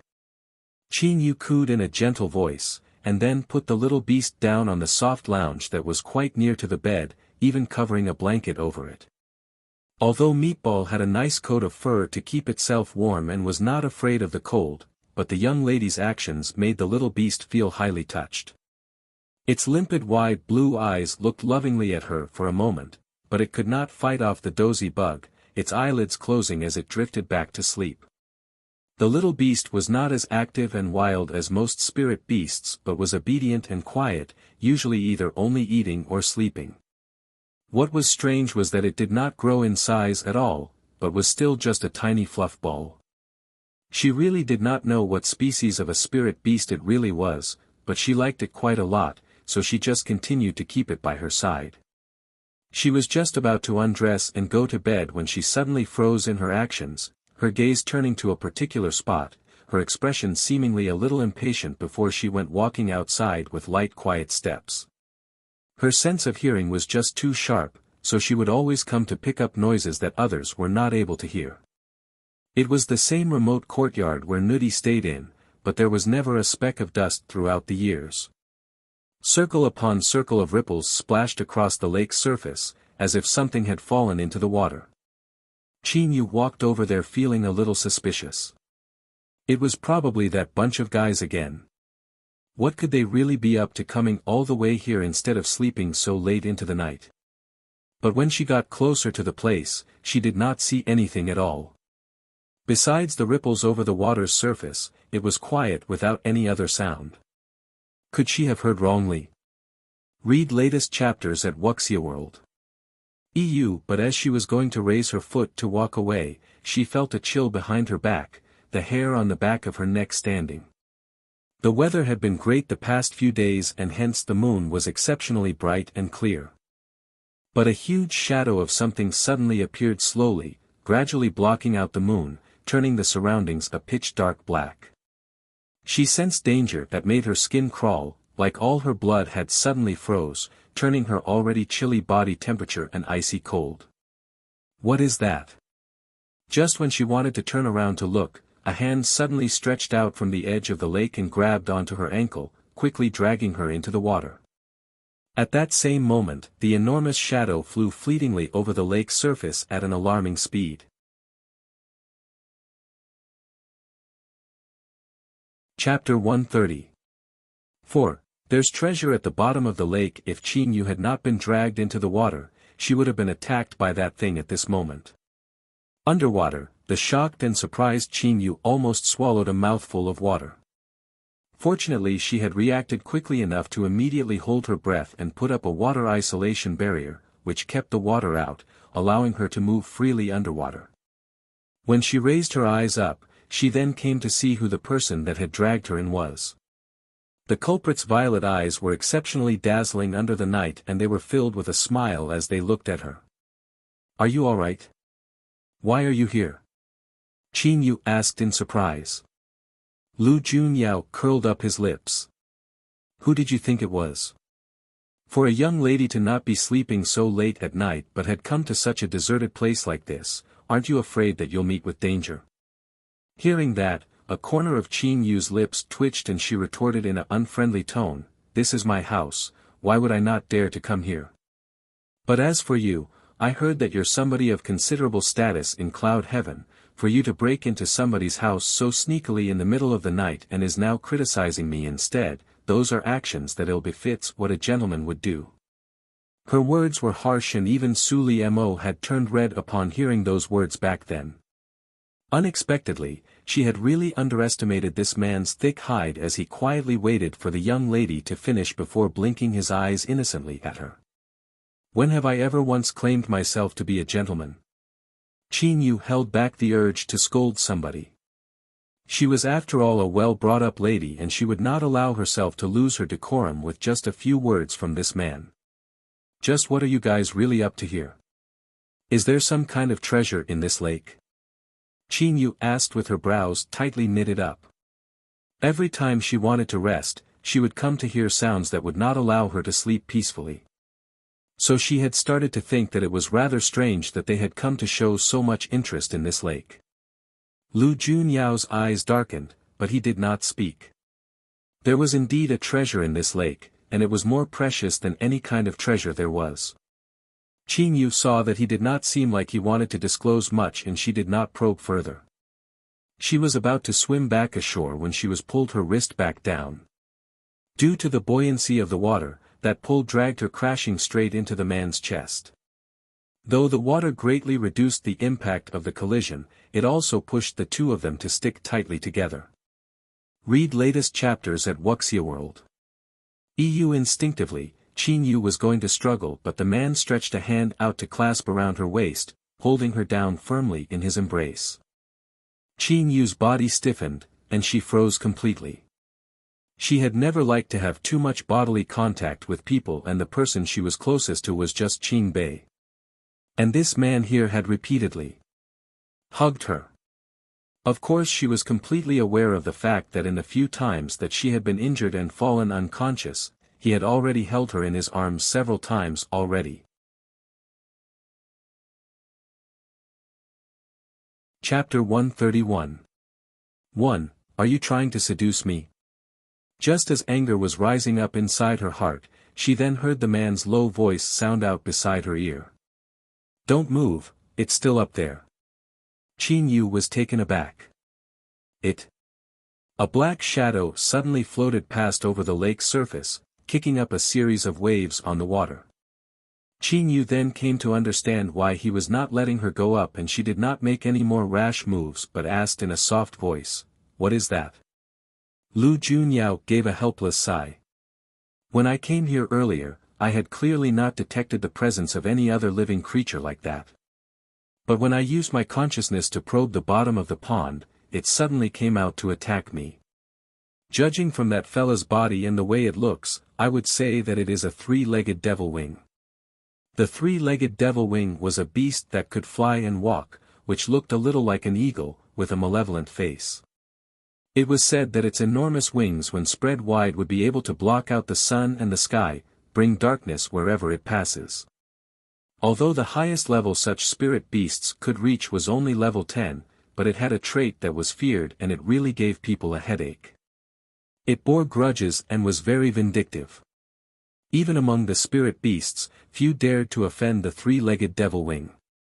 If there was anyone audacious enough to kill a three-legged devil wing, then congratulations to you. From then onwards, that person would be relentlessly pursued and persecuted by the entire three-legged devil wing species. Even if that person were to alter his looks completely, the unique scent that would remain on the person who killed the three-legged would still allow all of them to detect him. Hence when one encountered this kind of a spirit beast, it would be best that they keep a distance away from them. One would have been puzzled why someone like Lu Junyao with his level of cultivation would need to hide himself underwater from a spirit beast of such a low level. So it was actually due to the unforgiving and persistent inborn trait of the three-legged devil wing. Qin Yu was just thinking about that when she suddenly could not hold herself back and burst out in laughter.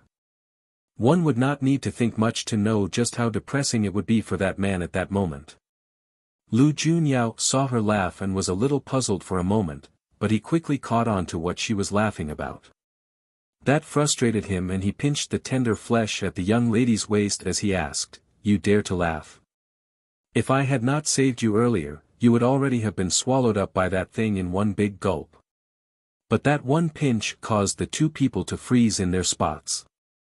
Lu Junyao seemed to be surprised that the little fox's body was so soft, and her waist was even more slender than before.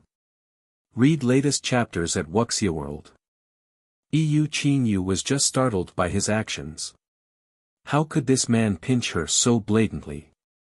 Putting aside the fact that he had embraced her as the circumstances were dire, but here he is getting more and more overboard.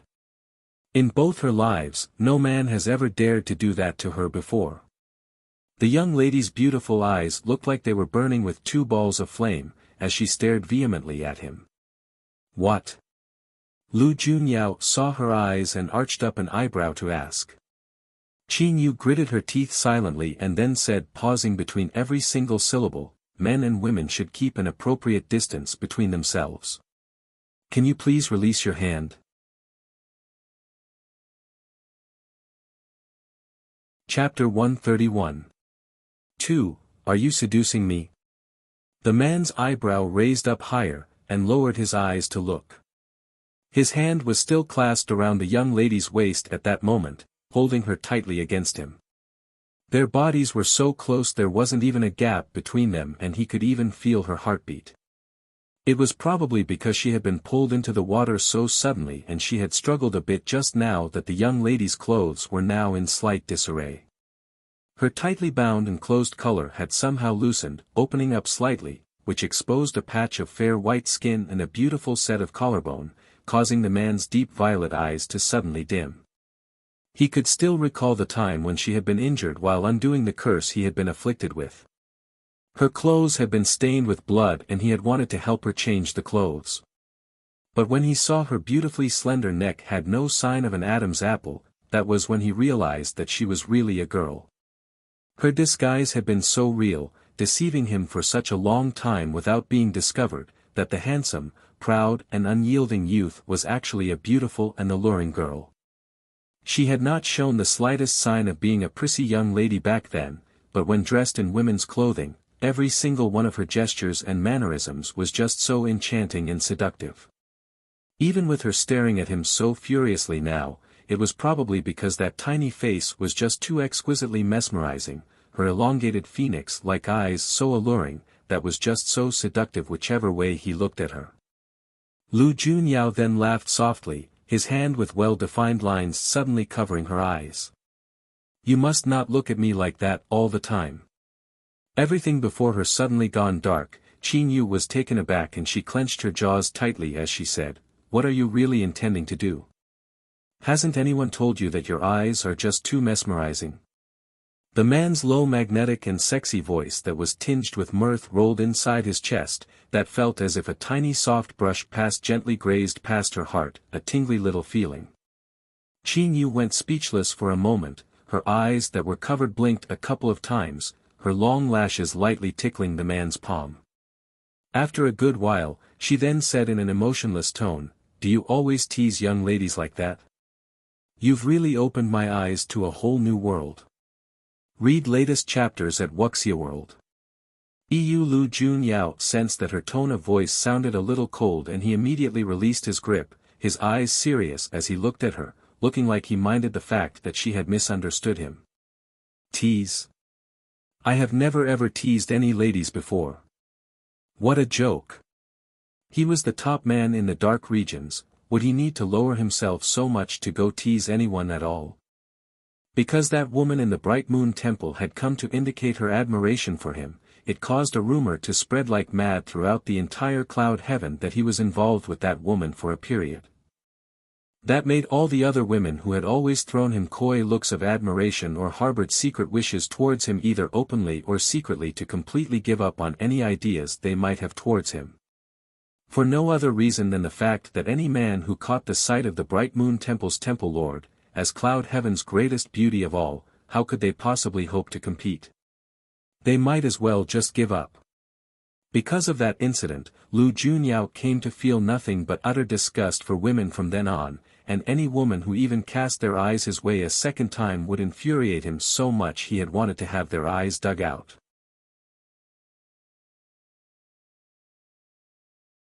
Chapter 131. 3. Are you seducing me? So, something like him teasing young ladies could not possibly exist. Qin Yu was stumped for words when she saw the stern and serious expression on his face. It was a while before she managed to find her own voice. If you haven't done it, then it's all good. Why are you getting so worked up? This is a serious problem. Lu Junyao continued to say very seriously. In order to avoid having you misunderstand, I have to let you know that the Lord you will come to pledge your loyalty to is a man of upright integrity and strict with himself, who will never ever cause you to be ashamed, so you should really seriously consider it. Qin Yu then queried, Lord? Was she misunderstanding something here? Why can't she understand what he is talking about? Lu Junyao nodded. A little crafty fox like you, who is hiding so many secrets inside, and also possess skills in medicine that everyone covets, it is inevitable that you will attract the eye of people with dubious intentions. Only if you come with me to cloud heaven and remain by my side will I then be able to protect you. Qin Yu found herself at a loss for words. Where was this man getting all his confidence from? What does he mean by saying only he can protect her? Qin Yu almost burst out laughing from anger as she looked at him out of the corner of her eye. I come at a very high price and I fear that you will not be able to afford it. Hearing that, the corners of Lu Junyao's mouth curled up into an incredibly puzzling smile. I have not much of anything else but just too much of those things in gold and silver. If you like them, it doesn't matter even if I am to give them all to you. Both he and Bai Ji Yan had really given it a lot of thought, seeking to coax her into going to cloud heaven with them. Qin Yu just smiled and held his words to heart. She lifted her eyes to look up and saw that the moon had shown itself above. Thinking that the three-legged devil wing must be gone, she moved her body thinking to swim up to the surface. Behind her, the man stared at her back and suddenly parted his lips. Aren't you curious what is really at the bottom of this lake? Qin Yu paused. Without even turning her head, she replied, that is your own business, and has nothing to do with me. What if it does have something to do with you? Lu Junyao then asked. He was thinking that his guess was highly possibly correct. If it was true, then even if it was merely to make her request to go up into cloud heaven of her own accord, she should be made aware of it. As expected, Qin Yu turned herself around when she heard those words, the look in her eyes complicated. What are you trying to say? Lu Junyao's lips arched up slightly and he held her with an arm, bringing her down deeper into the water. Because they were encased in water isolation barriers, they were no obstructed in any way underwater. Read latest chapters at Wuxia World. Your mother is someone from cloud heaven, and you have probably already guessed that. Lu Junyao suddenly said softly. Qin Yu acknowledged softly. Do you wish to see her? Lu Junyao then asked. Qin Yu was stunned. She is still alive? As she thought, what Yen Su told her was not the entire truth. Or at least, the part where she died from complications during birth was something she did not believe at all. Chapter 131. 4. Are you seducing me? Lu Junyao saw how careful she was in getting her own hopes up and he sighed lightly. She has died, but you also can't really say she is completely dead. What do you mean? Qin Yu asked with her brows furrowed up, not really understanding what he was saying. Her flesh body is still completely intact but her spirit soul isn't whole, fragmented and scattered across the various realms. If her spirit soul is fully gathered together, she can then be revived. Lu Junyao explained. After hearing him explain, Qin Yu's fingers unconsciously tightened together. Why was her spirit soul broken up? It is a long story and it encompasses reasons that even I do not know about as well. The tone of Lu Junyao's voice sounded a little helpless and he then turned to look at her. Pausing for a moment, he then told her, it seemed like it was because of a man. Several chaotic scenes suddenly flashed in Qin Yu's mind. One was azure as hell with the sky turned a blood-red shade, a red-clothed woman and a black-robed man tightly locked in an embrace. The dagger in her hand was plunged in the man's chest, the smile on those lips one of despair, sorrowfully beautiful. Another one was of a man and woman ribbing each other in playful banter, their fingers interlocked with each other's, their heads together, a joyful scene of happy bliss. These images flashed quickly through her mind, so fast that Qin Yu thought that she had been mistaken and had just imagined it. But deep down inside, she just knew that all of that had really happened in the past, as she had seen this several times in her dreams. Because of a man. Qin Yu did not want to think any deeper into it but she has just come to realize something. That man was killed by that woman's own hands, but she had smiled so sorrowfully after that and said, "We can finally be together at last."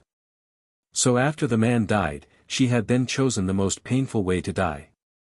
She destroyed all her cultivation, her spirit soul torn viciously apart, to suffer every bit of that brutal and tragic torment.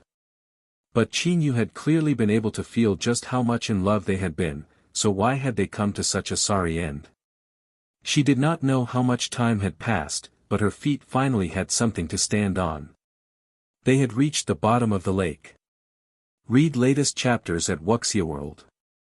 EU before them, a gigantic clam shell sat half open, letting out a faint glow of light. A faint translucent figure of a person could be seen lying quietly inside, all curled up and not moving at all. Qin Yu froze, like her feet had rooted themselves into the ground, unable to muster up the courage to walk forward to see. "It's really here." Lu Junyao's gaze sharpened. After so many years, he had finally found a sliver of Ant Land's aura. It had been so close to where he was, and he had never once thought that the first fragment of the spirit soul he would find would be in a place like this. It was probably because she was unable to leave her very own flesh and blood behind.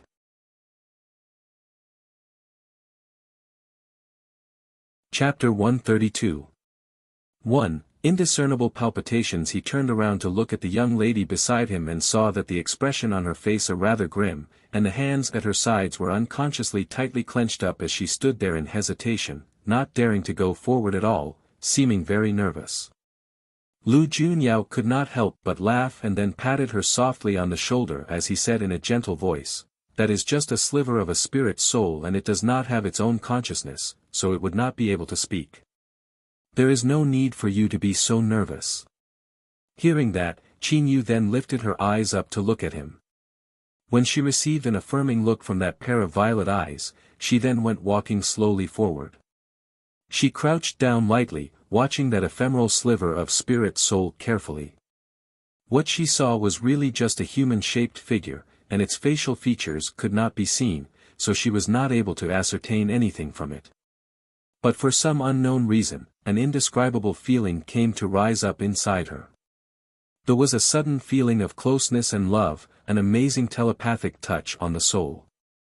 She was suddenly at a loss, not knowing what to do as she had never lost her composure like this before. Her parents from her past life had already left her before she was even able to see them at all.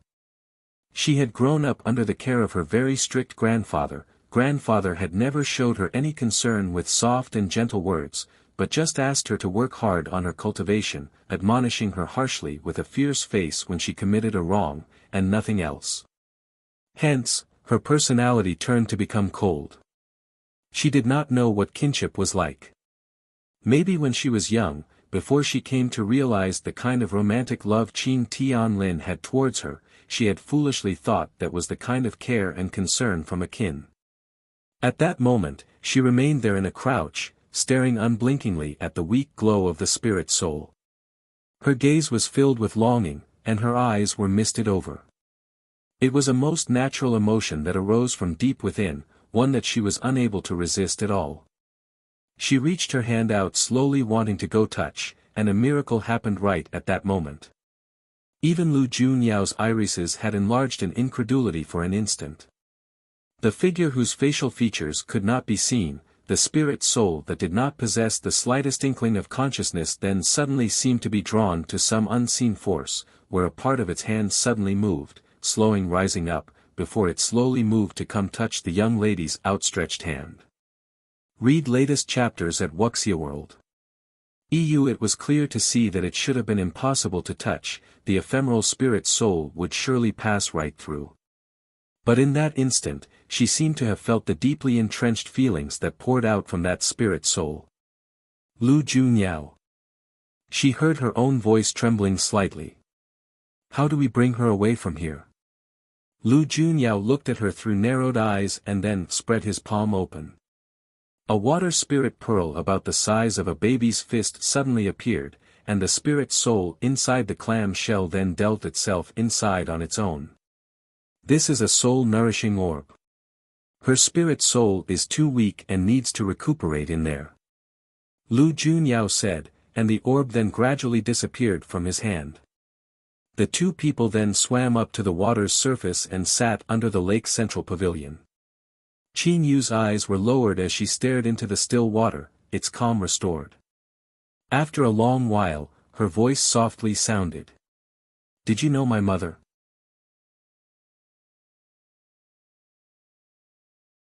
Chapter 132. 2. Indiscernible Palpitations. She is an elder I greatly respect. Lu Junyao's lips arced up. I have known her for a good 100 years. Hearing that, Qin Yu's expression was a little complicated as she looked at him. You're already a few 100 years old. Although she knew that the lifespan of people in Cloud Heaven was extraordinarily long, but the man before her looked to be only about 20 years old at most. No matter how you look at him, he did not look like a person who had lived for more than 100 years. Lu Junyao's face expressed surprise and he then said, Cloud Heaven is different from the lower-level realms and the age its people live up to will naturally be much higher. If I remember it correctly, your mother is already more than 300 years old and you. Speaking up till that point, he then paused, his voice a little grim as he continued. She must have used some special secret technique to prevent you from growing up, otherwise, you should be at least 50 or 60 years old by now. Qin Yu's eyes grew deep in thought. 50 or 60 years old. But my mother was still around just over a decade ago. According to what Yen Su said, her mother had died from difficulties that occurred during childbirth and she was now only 14 years old. That didn't really make sense, so what had really happened? That's merely a trick to deceive people's eyes. Lu Junyao said as he shook his head lightly. She has disappeared from Cloud Heaven for almost 100 years already, so how could it only be just over a decade since it happened? In that instant it was as if a particular taut string suddenly snapped in her mind, feeling like she had forgotten something very important. Under a blood-colored sky, a beautiful red-clothed woman was kneeling on the ground, a pair of children with exquisite looks carried in her arms. Her face could not be seen clearly, but her lips that were tinged with a faint smile as she planted a gentle kiss on the foreheads of the two children. I offer 100 years of my cultivation flesh body up as sacrifice, to seal my children's memories in dust, to halt their growth, for them to reincarnate and change their lives, reborn into a different world, living their lives in peace and joy, free from worry. Mother's children, forgive mother for being so cruel, who hope that you will both grow up safely, and will never ever remember all these painful matters. I'm sorry. If there is a next life, mother will come to you to atone for my sins, but in this life, I cannot leave him to be alone on his own. Read latest chapters at Wuxia World. EU, mother loves the both of you. Qin Yu felt a splitting headache in that instant as the images played out in her mind. The scene was clearly one she had never seen before, but it felt so real, like she had experienced it personally before. Seeing her brows furrow up so tightly and cold sweat had formed on her forehead, Lu Junyao pressed one hand against her back and a gentle power slowly flowed into her body, that gradually dissipated the pain. Feeling better? Lu Junyao asked with great concern. Qin Yu nodded her head, indicating she was fine.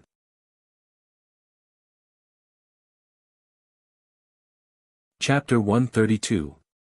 3. Indiscernible Palpitations. Lu Junyao looked at her and his eyes softened. Leave Aunt Lan's matter to me. Rest assured that you will meet with her one day. It was then that Qin Yu came to realize that he had been addressing her mother as Aunt Lan. She could not help but ask him, what is her name?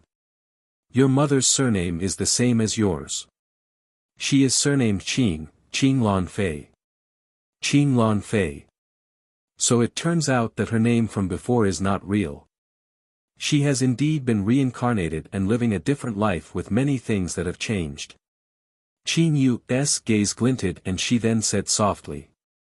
Thank you. Lu Junyao was taken aback. Thanks for what? This seemed to be the first time he can remember the little fox ever saying these two words to him. Between them, besides the instance where she had saved his life right in the beginning and she then got drawn into trouble that almost got her killed while saving him, which evened things out between them, they had made use of each other after that in turns who never called for them to have to use the words, "thank you," at all. This time, it was perhaps only because of Aunt Lon that she had come to soften her stance towards him. Hearing that, Qin Yu looked at him seriously and said, "Thank you for being so concerned about my mother. With my current ability, I am not able to resurrect her, but you can, so I am thanking you from the bottom of my heart. I am really not used to seeing you being so courteous," Lu Junyao said with a laugh. This time, Qin Yu did not rebut him but went on to say, "No matter what, I still have to thank you.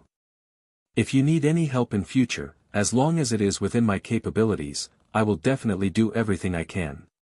He had not thought that things would turn out getting such a promise out from her. What an unexpected pleasant surprise. Read latest chapters at Wuxia World.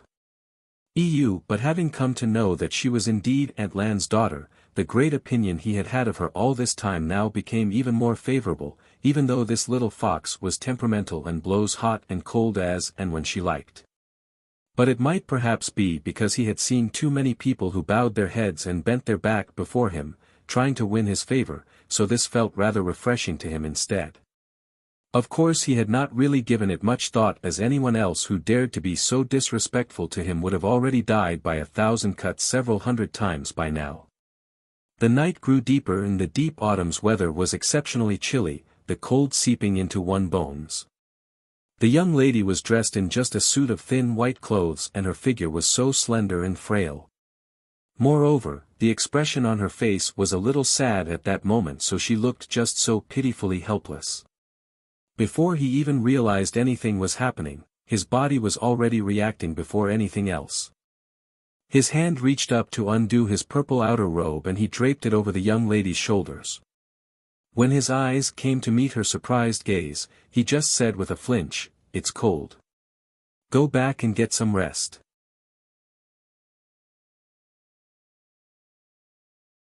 Chapter 132. 4. Indiscernible palpitations. Where had Qin Yu ever experienced such caring actions from others before? She immediately felt rather awkward and she reached her hand up to tug at the piece of clothing on her shoulders, about to pull it off and return it to him. "I'm not cold." "Your hands are cold as ice and you're saying that you're not cold," Lu Junyao said as he held the back of her hand, his brows creased together, the expression on his face saying, "You're just lying through your teeth." Qin Yu was stumped for words.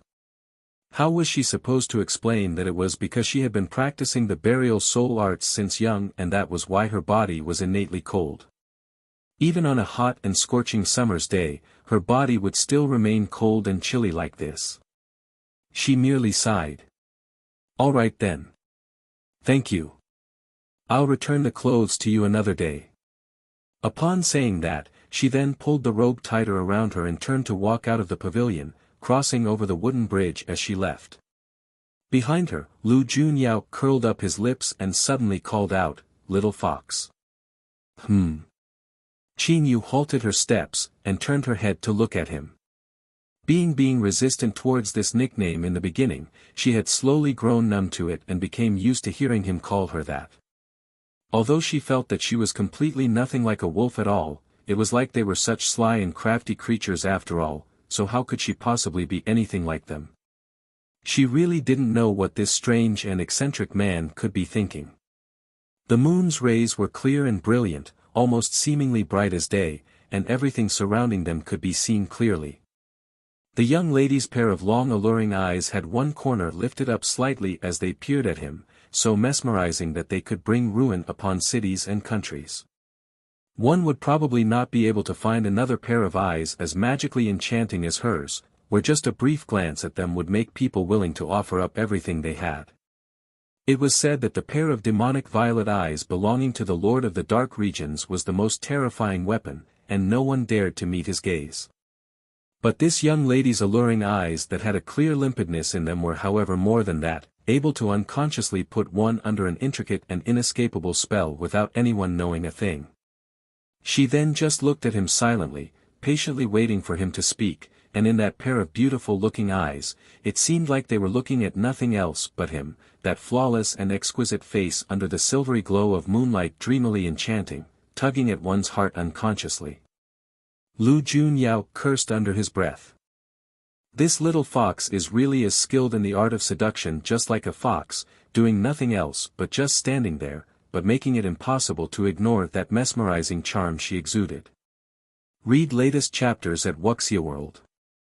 EU, she is already like this when she is still so young. When she fully blossoms after a few more years, it would be impossible for any man to resist her charms. No. Maybe not just the men. He still has not forgotten how many girls' hearts the little fox had stolen when she dressed herself up as a man. Qin Yu stared puzzledly at the man's changing and unreadable expressions on his face. What do you want to say? Is it that hard to say it? Finally, Lu Junyao took a deep breath and looked a little helpless as he said, "It's nothing. I just wanted to say that if you encounter any problems in future, do not hesitate to come find me."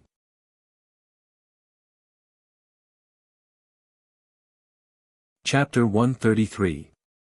1. Such displays of affection. It seemed as though he had always spared no effort in delivering himself up to her for use, despite the fact that there were times she did not reciprocate his efforts. Thinking about that, he thought it was probably due to Aunt Lon, and that was why he was exceptionally caring about her. Qin Yu's lips curled up, never thinking that he had called out to her just to tell her this. The frown upon her brows immediately eased, which lent a stunning radiance to that already beautiful face. She then replied, "Sure." The tone of her voice was filled with a kind of gentleness he had never heard before. Lu Junyao was stunned into a daze for a split moment. For such a cold and indifferent young lady to turn back and reveal such a sincere smile, that one instant felt so gently warm like he had never felt before, a moment he would never forget. On the one eventful night, it seemed a change was silently occurring. The next day, Qin Bei was about to knock on his sister's room door when he discovered that the door was loosely pulled shut, and its occupant seemed to have gone out. He was a little puzzled as he pushed the door to go inside, and he saw that the room was empty just like he had thought. Oh right, except for the sorrowful-looking ball of coal sitting up upon the soft lounge chair a short distance away, staring into a particular direction diagonally to one side. The large and expressive blue limpid eyes were so sad that it made one's heart wince. Even Qin Bei, who was not one that would quickly succumb to tiny adorable creatures, could not bear to just walk away at that moment but strode forward to ask in concern, "What's wrong, Meatball? Has she been scolded?" "That isn't really possible. Sis pampers the little thing so much all the time, so how could she bear to scold her?" Meatball heaved out in a long sigh and then looked into the worried-looking youth's eyes before it asked, "Mother might not love me anymore?" Qin Bei was befuddled. "What do you mean?" Meatball closed its eyes in deep sorrow as it stretched a little paw out to point in a particular direction. "I fell asleep last night, and when I woke up, I discovered that Mother was not around, so I thought I should go out to look for her. But Mother came back after a while and she brought this back." Qin Bei was still feeling rather puzzled as he turned his head to look in the direction the paw was pointed into. That one look then made him freeze in his spot. On the sideboard over there, was a neatly folded purple-colored robe, its material exceptionally exquisite and luxurious, and it could be seen from just one look that it was highly expensive, not something that any ordinary person would be able to afford to wear. Read latest chapters at Wuxia World. EU. But that was not the most important point. What's important was that it was men's clothing. Meatball saw him freeze in his spot, and it seemed to find itself at that moment as it went on to complain, "Do you think that Mother has another man outside, and that is why she sneaked herself out in the middle of the night to secretly meet with him? I saw that she was in such a good mood when she came back." Meatball's mouth immediately shriveled up and it looked like it was going to cry. Meatball only wants Mother and does not want a father. He will snatch Mother away from me. Qin Bei did not know what to say. It's just a piece of clothing, and the little beast was able to dream up such a ludicrous thing.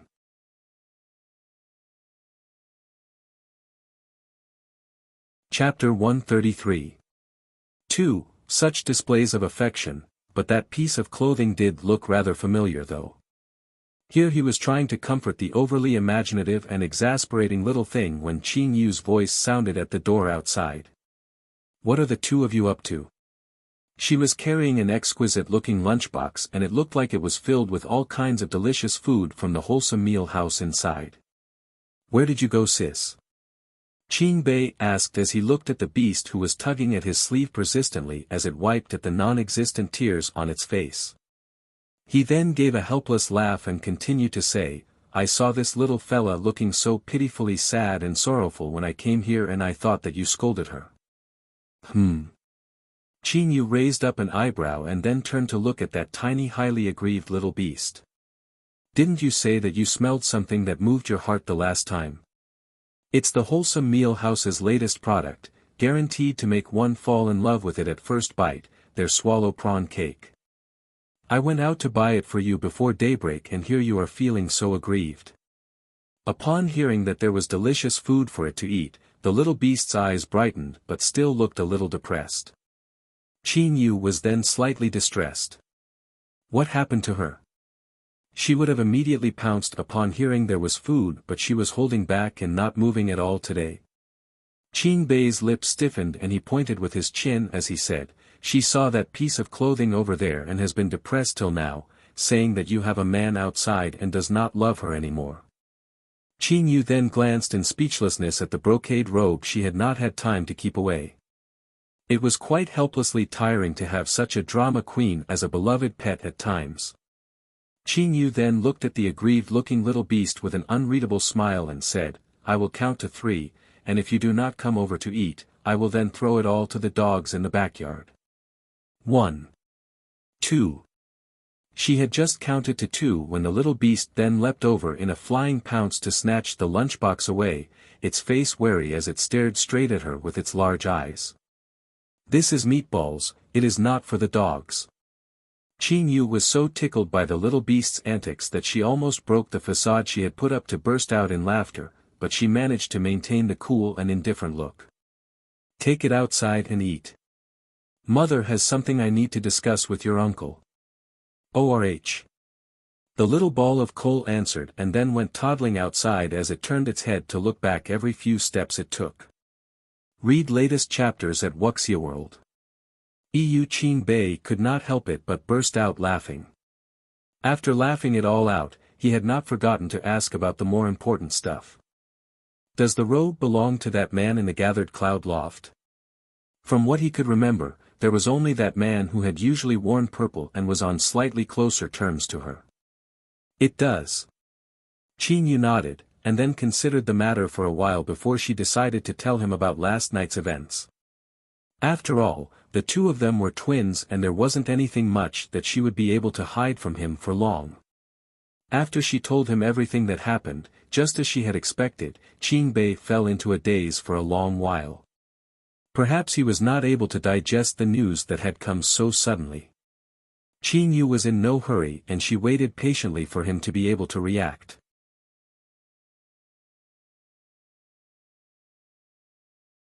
Chapter 133.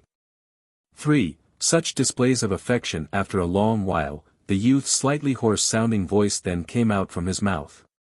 "Is our mother really still alive?" Qing Yu nodded and said softly to him, "She is still alive, but the journey towards having her come awake might be a long and arduous one." "That does not matter at all. As long as she is still alive, anything is still possible." Qing Bei exclaimed with his fists clenched, his voice resolute and determined. "At least she has not really abandoned us, right?" The youth's gaze was a little fervent as he looked at her, like he was very eager to hear her answer. All this while, he had always pined for kinship with an almost mad fervor. Even when he knew that Yen Su was not his biological father all this time, he had wished so hard to gain any little bit of his attention, making himself so petty and small though he was such a proud person deep inside his bones, but he just did not want to accept defeat. Qing Yu gave a long sigh and she brushed her fingers gently over his face as she said gently, "Of course it doesn't. Our mother is the best, and no matter what the reason was that she had to leave us, there is one thing we must not forget. She has always missed us." Those words somehow comforted Qing Bei's heart that was filled with frustration and much unease, and his handsome face showed a joyful smile. "I believe it. I have always believed that." To have unexpectedly gained news about their mother just before they were going to join the Faint Mist sect, it was undoubtedly something to be happy about for them. But, with their mother's spirit soul split and scattered over different places, how hard would it be to gather her soul together and have her resurrected? But all those worries was something she did not share with Qing Bei. A month's time was not that long, nor was it all that short as well, but time was still passing a day at a time. Read latest chapters at Wuxia World. The leaves on the trees turned yellow and gradually fell, except for those plants that did not fear the bitter cold and continued to bloom throughout the 4 seasons in a year. Greenery grew less and less, turning the place to look desolate and lonely. It was not so bad in places where it was warmer, for the kingdom on the water's edge that was surrounded by the sea on all 4 sides, it was pure ice and snow. Icy snow could be seen piled up everywhere, unmelting throughout the year. Every time winter came, the congealed snow on the mountains would only melt in the subsequent year's summer, so it could be seen just how bitterly cold and unforgiving the weather in the Water's Edge Kingdom was. With such chilly and frozen weather, the Water's Edge people really wished they could just snuggle up inside their blankets till the season has passed. A lone desolate figure was standing quietly outside the Limitless Sect's doors, tall and well built. When everyone else were wrapped up in thick and heavy winter clothes, he was dressed only in one single layer, an ink-colored brocade robe, alone and solemn. Snowflakes floated down in thick flurries, falling onto his silver hair, and the figure quickly disappeared from sight in a blink. The ink-colored robe was gradually covered by the flurries of snow, and it was soon impossible to even see its color. That person did not move at all, and it was not known how long he had been standing in the snow, his entire body almost blending in completely together with the snow. You're tuning into the Han Li's Wuxia Adventures YouTube channel. We're so grateful for your support, and don't forget to subscribe to join us on this incredible journey through captivating stories. Your generosity through donations truly makes a world of difference, as it's the primary source of revenue that allows me to expand and enhance this channel for you. Thank you from the bottom of my heart for being a part of this adventure.